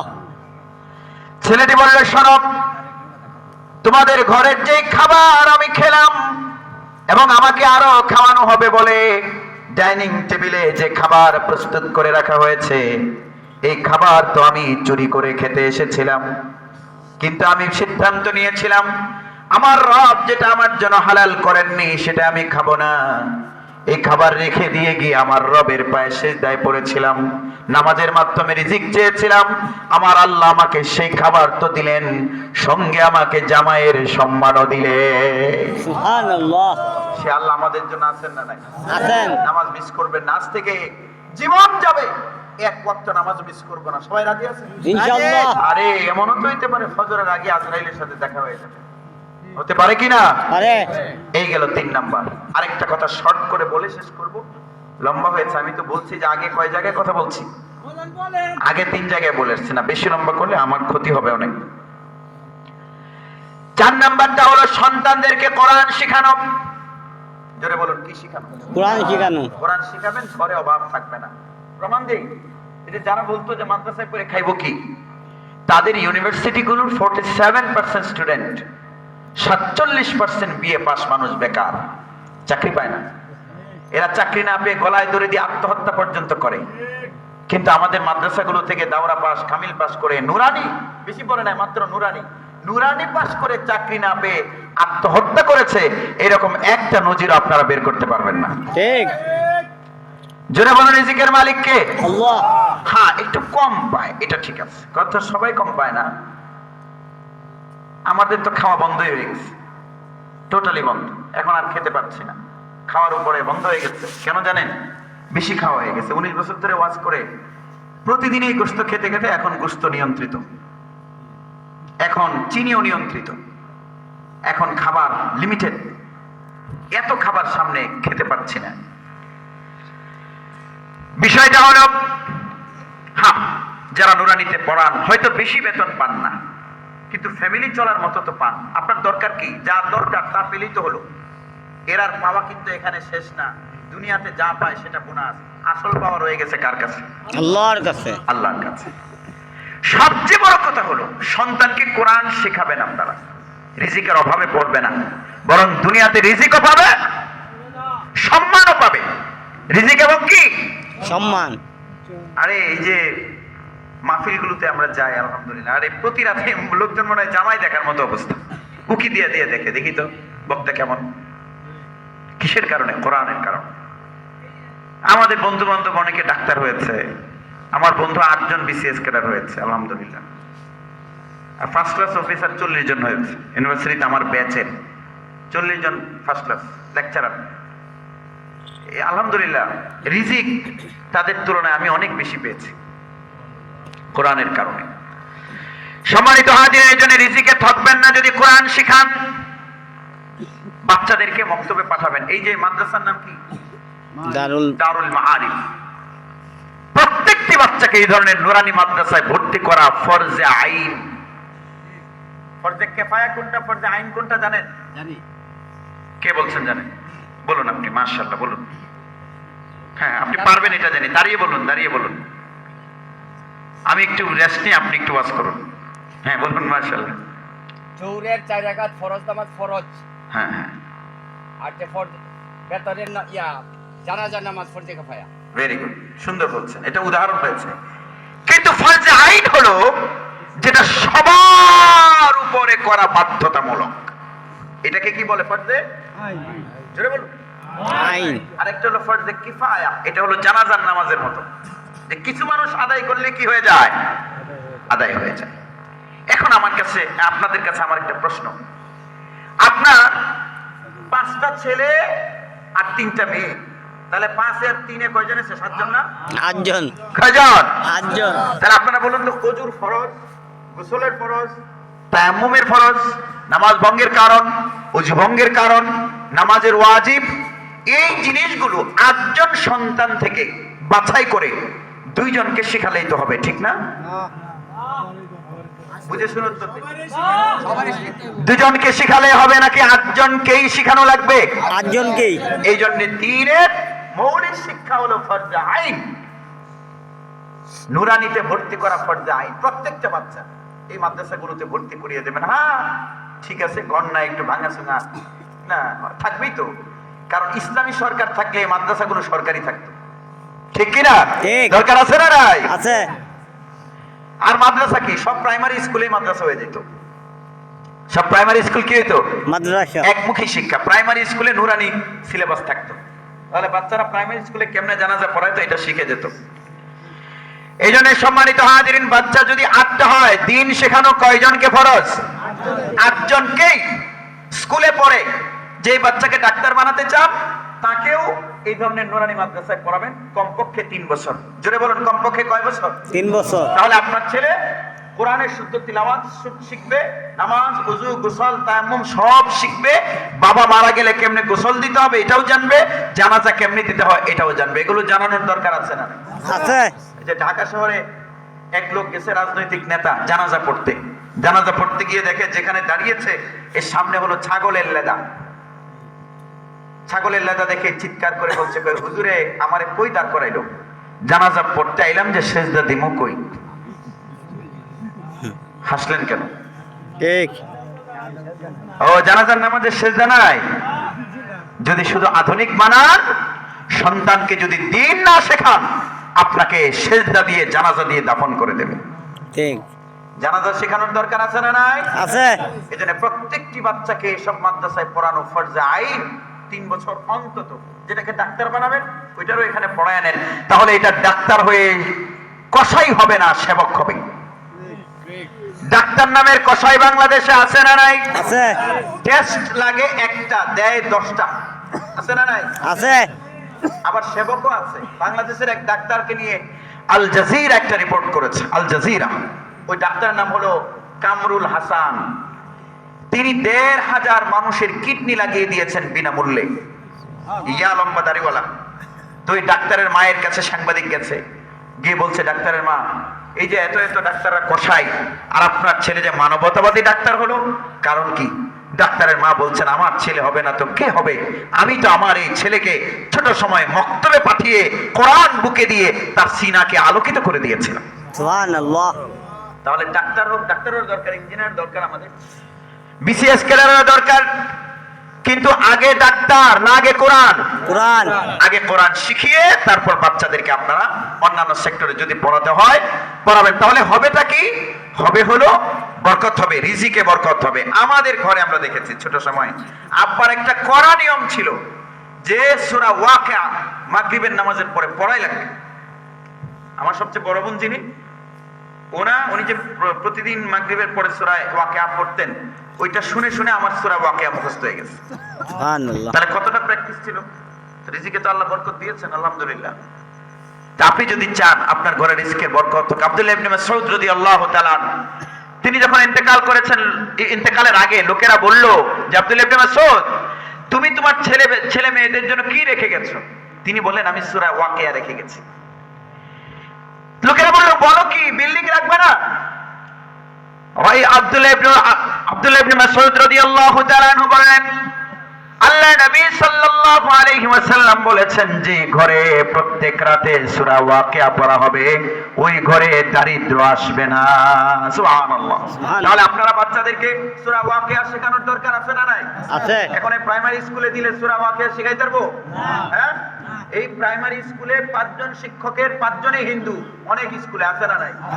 মনে করেন যে 4 জন ছিল হিন্দু, একজন মুসলমান ছিল, বলে উনি ট্রান্সফার হয়ে চলে গেছে আরেক এলাকায়, তখন 5 জনের 5 জনে কি এখন ইসলাম শিক্ষাটা পড়াবো কে? হিন্দু শিক্ষক। এই জন্য আমরা সরকারের কাছে বলেছিলাম যে একজন করে যেন ধর্মীয় শিক্ষক নিয়োগ দেওয়া হয়। আপনারা কি বলেন? এই স্কুলে যদি এত সুন্দর একটা গেট থাকতে পারে, একজন দপ্তরি থাকতে পারে, তাহলে একজন হুজুর রাখার টাকা সরকারের আছে না নাই? আছে। তাহলে এত টাকা পাচার হলো কেমনে? এইটাই তো আমরা বলছিলাম যে একজন করে শিক্ষক, নুরানি একজন শিক্ষক, কামিল পাস, একজন দাওরা পাস শিক্ষক প্রাইমারি স্কুলগুলোতে আমাদের বাচ্চাদেরকে আদব কায়দা শেখানোর জন্য। সন্তান তো মানুষ হয় আদব কায়দায়, ঠিক না? আচ্ছা, আমাদের এই এলাকার যতগুলো কুত্তা আছে, এই যে কুত্তার বয়স 10 বছর, এই কুত্তারে 10 মাস বয়সের কুত্তায় সালাম দেয় না? কয়েকজন কইতেছে সালাম দেয় বিলে দেয় সালাম।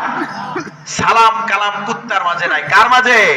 মানুষের এই মাঝে। আদব কায়দা শিখালে আপনার ছেলেটা মানুষ হবে, আদব কায়দা না শিখাইলে কুত্তা বিলাই হবে, ঠিক কিনা? ঠিক এই আদব কায়দা শেখানোর জন্য একজন ধর্মীয় শিক্ষক নিয়োগ দেওয়ার দরকার আছে না নাই? আছে। যতদিন না হয় ততদিন পর্যন্ত বাধ্যর যে আইন হলো নুরানিতেই, প্রাইমারি স্কুল না, নুরানিতেই পড়াতে হবে। এই যদি হিন্দু লোকেরা যদি পড়ায়, আর যদি সরকারের দ্রুতই একজন করে আলেম নিয়োগ দিয়ে দেয়, তাহলে তো আমাদের কোনো সমস্যা নাই, আছে না। তাহলে ওইখানে একজন হুজুর থাকলে কিছুটা পড়া হবে। এরপরেও ভালো হবে একদম নুরানি বেস যে শিক্ষা, এটা বাচ্চাকে দিয়ে কালিমা, নামাজ, রোজা, তাওহীদ, রিসালাত, কোরআন, হাদিস এগুলো ছোট সময় কোমল হৃদয়ে, ইংরেজিতে আছে strike while the iron is hot, লোহারে গরম থাকতে পেটাও, কারণ লোহা যদি ঠান্ডা হয়ে যায় পরে তুমি পিটুনি দিলেও আর দাবটি হইতো না, ঠিক না? আপনি যদি ইট বানাতে চান তাহলে ফরমার ভিতরে ফেলতে হবে নরম থাকতে, না শক্ত হয়ে গেলে? নরম থাকতে ফেলতে হবে। এই জন্য দ্বীনি বুনিয়াদি শিক্ষা দিতে হবে বাচ্চা ছোট থাকতে। বিজ্ঞানীরা বলছেন যে 4 থেকে 6.5, 4 থেকে 6.5 এই বয়সের মধ্যে বাচ্চারা যেটা শিখে এটা সে খুব মনে রাখতে পারেন, ব্রেইনটা একদম ফ্রেশ থাকে। এই জন্য এই বয়সটাতে আপনারা নুরানিতে পড়িয়ে কোরআন শিখিয়ে দেন ইনশাআল্লাহ। সবাই রাজি আছেন তো? ইনশাআল্লাহ। অনেক লম্বা আলোচনা হয়ে গেল, আর আজকে আর লম্বা করব না, ছোট্ট একটা ঘটনা বলেই শেষ করে যেতে আপনারা অনেক আগ্রহ নিয়ে এখনো আছেন। এরপরে আর কোনো আবেদন আপনারা করবেন না। বাইরে থেকে যারা মাইকের আওয়াজ শুনছে তারা হয়তো কেউ কেউ বিরক্ত হবে যে এত লম্বা সময় কথা বলছে, এই জন্য আমি আর লম্বা করছি না। কোন সূরার যেন আয়াত পড়েছিলাম? কুরাইশ, সূরা কুরাইশ। আল্লাহ রাব্বুল আলামিন বলছেন ফালইয়াবুদু রাব্ব হাযাল বাইত, ওই ঘরের রবের ইবাদত করো, আল্লাযী আত'আমাহুম মিন জু', যিনি তোমাদেরকে ক্ষুধার সময় খাবার দেন। ক্ষুধার সময় খাবার কে দেন? আল্লাহ। ওয়া আমানাহুম মিন খাউফ, এবং ভীতির সময় নিরাপত্তা দেন। এজন্য আমরা নামাজ পড়বো। তাহলে আজকে বললাম রিজিকের মালিক কে? আল্লাহ। রিজিক বারুক আমরা সবাই চাই কি চাই না? চাই। 1 নাম্বার আমল হলো তাওয়াক্কুল, 2 নাম্বার আত্মীয়তার সম্পর্ক রক্ষা করা, 3 নাম্বারে নামাজ পড়া, 4 নাম্বারে কোরআন শেখানো। এই 4টার উপর আমরা আমল করব। রাজি আছি তো ইনশাআল্লাহ? আরো আছে বেশি বেশি ইস্তেগফার করা, বেশি বেশি দুরূদ শরীফ পড়া, এগুলো নিয়ে পরবর্তীতে কোনো কথা হবে। অনেক লম্বা সময় হয়ে গেছে।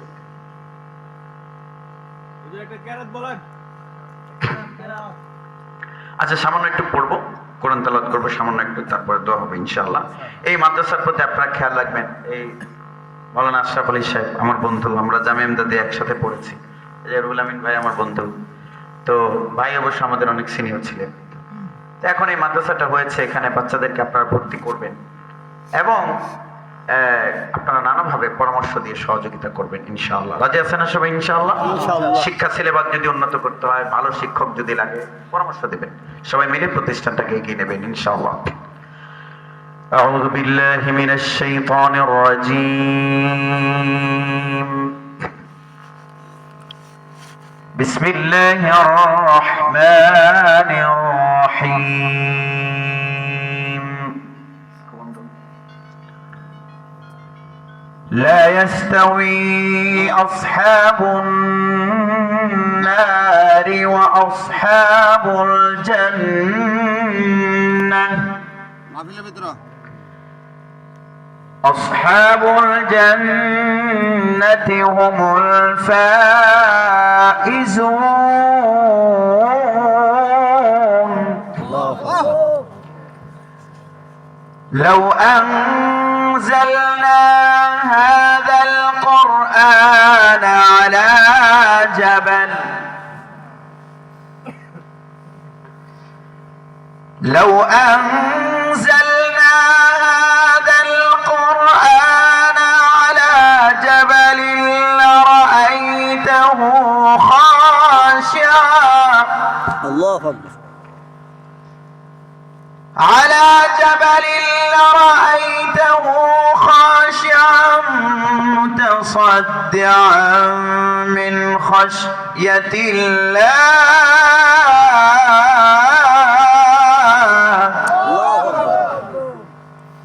وتلك الأمثال نضربها للناس لعلهم يتفكرون. الله. صدق الله العظيم. দীর্ঘ সময় দিয়েছেন। মাস আসলে মাহফিলগুলোতে 12টার ছুঁই ছুঁই যখন হয় তখন লোক থাকে না, ঠিক না? ঠিক। চলে যায়। অনেক বড় বড় বক্তা 30,000 40,000 50,000 টাকা দিয়ে বক্তা এনেও লোকজন বলেন লোক থাকে না। আলহামদুলিল্লাহ আমাদের মাহফিলগুলোতে আল্লাহর মেহেরবানি এরকম হয় না। আপনারা দীর্ঘ সময় দিয়েছেন আমাকে স্নেহ করে, এটা আমার বড়ত্ব নয়, বরং আল্লাহ রাব্বুল আলামিনের দয়া আমাদের প্রতি যে আমরা শেষ পর্যন্ত থাকতে পেরেছি। এখন দোয়া হবে। এখানকার অনেক মুরব্বীরা ছিলেন যারা আমাদেরকে অনেক স্নেহ করেছেন, সবার জন্য আমরা দোয়া করব এবং এই মাদ্রাসার জন্য দোয়া করব, মাদ্রাসার পাশে থাকবো ইনশাআল্লাহ। ইনশাআল্লাহ। আমরা সবাই নামাজে যে দুরূদ শরীফ পড়া হয় সেই দুরূদ শরীফ পড়ি। আল্লাহুম্মা সাল্লি আলা মুহাম্মাদ ওয়া আলা আলি মুহাম্মাদ কামা সাল্লাইতা আলা ইব্রাহিম ওয়া আলা আলি ইব্রাহিম ইন্নাকা হামিদুম মাজিদ। اللهم بارك على محمد وعلى آل محمد كما باركت على إبراهيم وعلى آل إبراهيم إنك حميد مجيد. الحمد لله رب العالمين.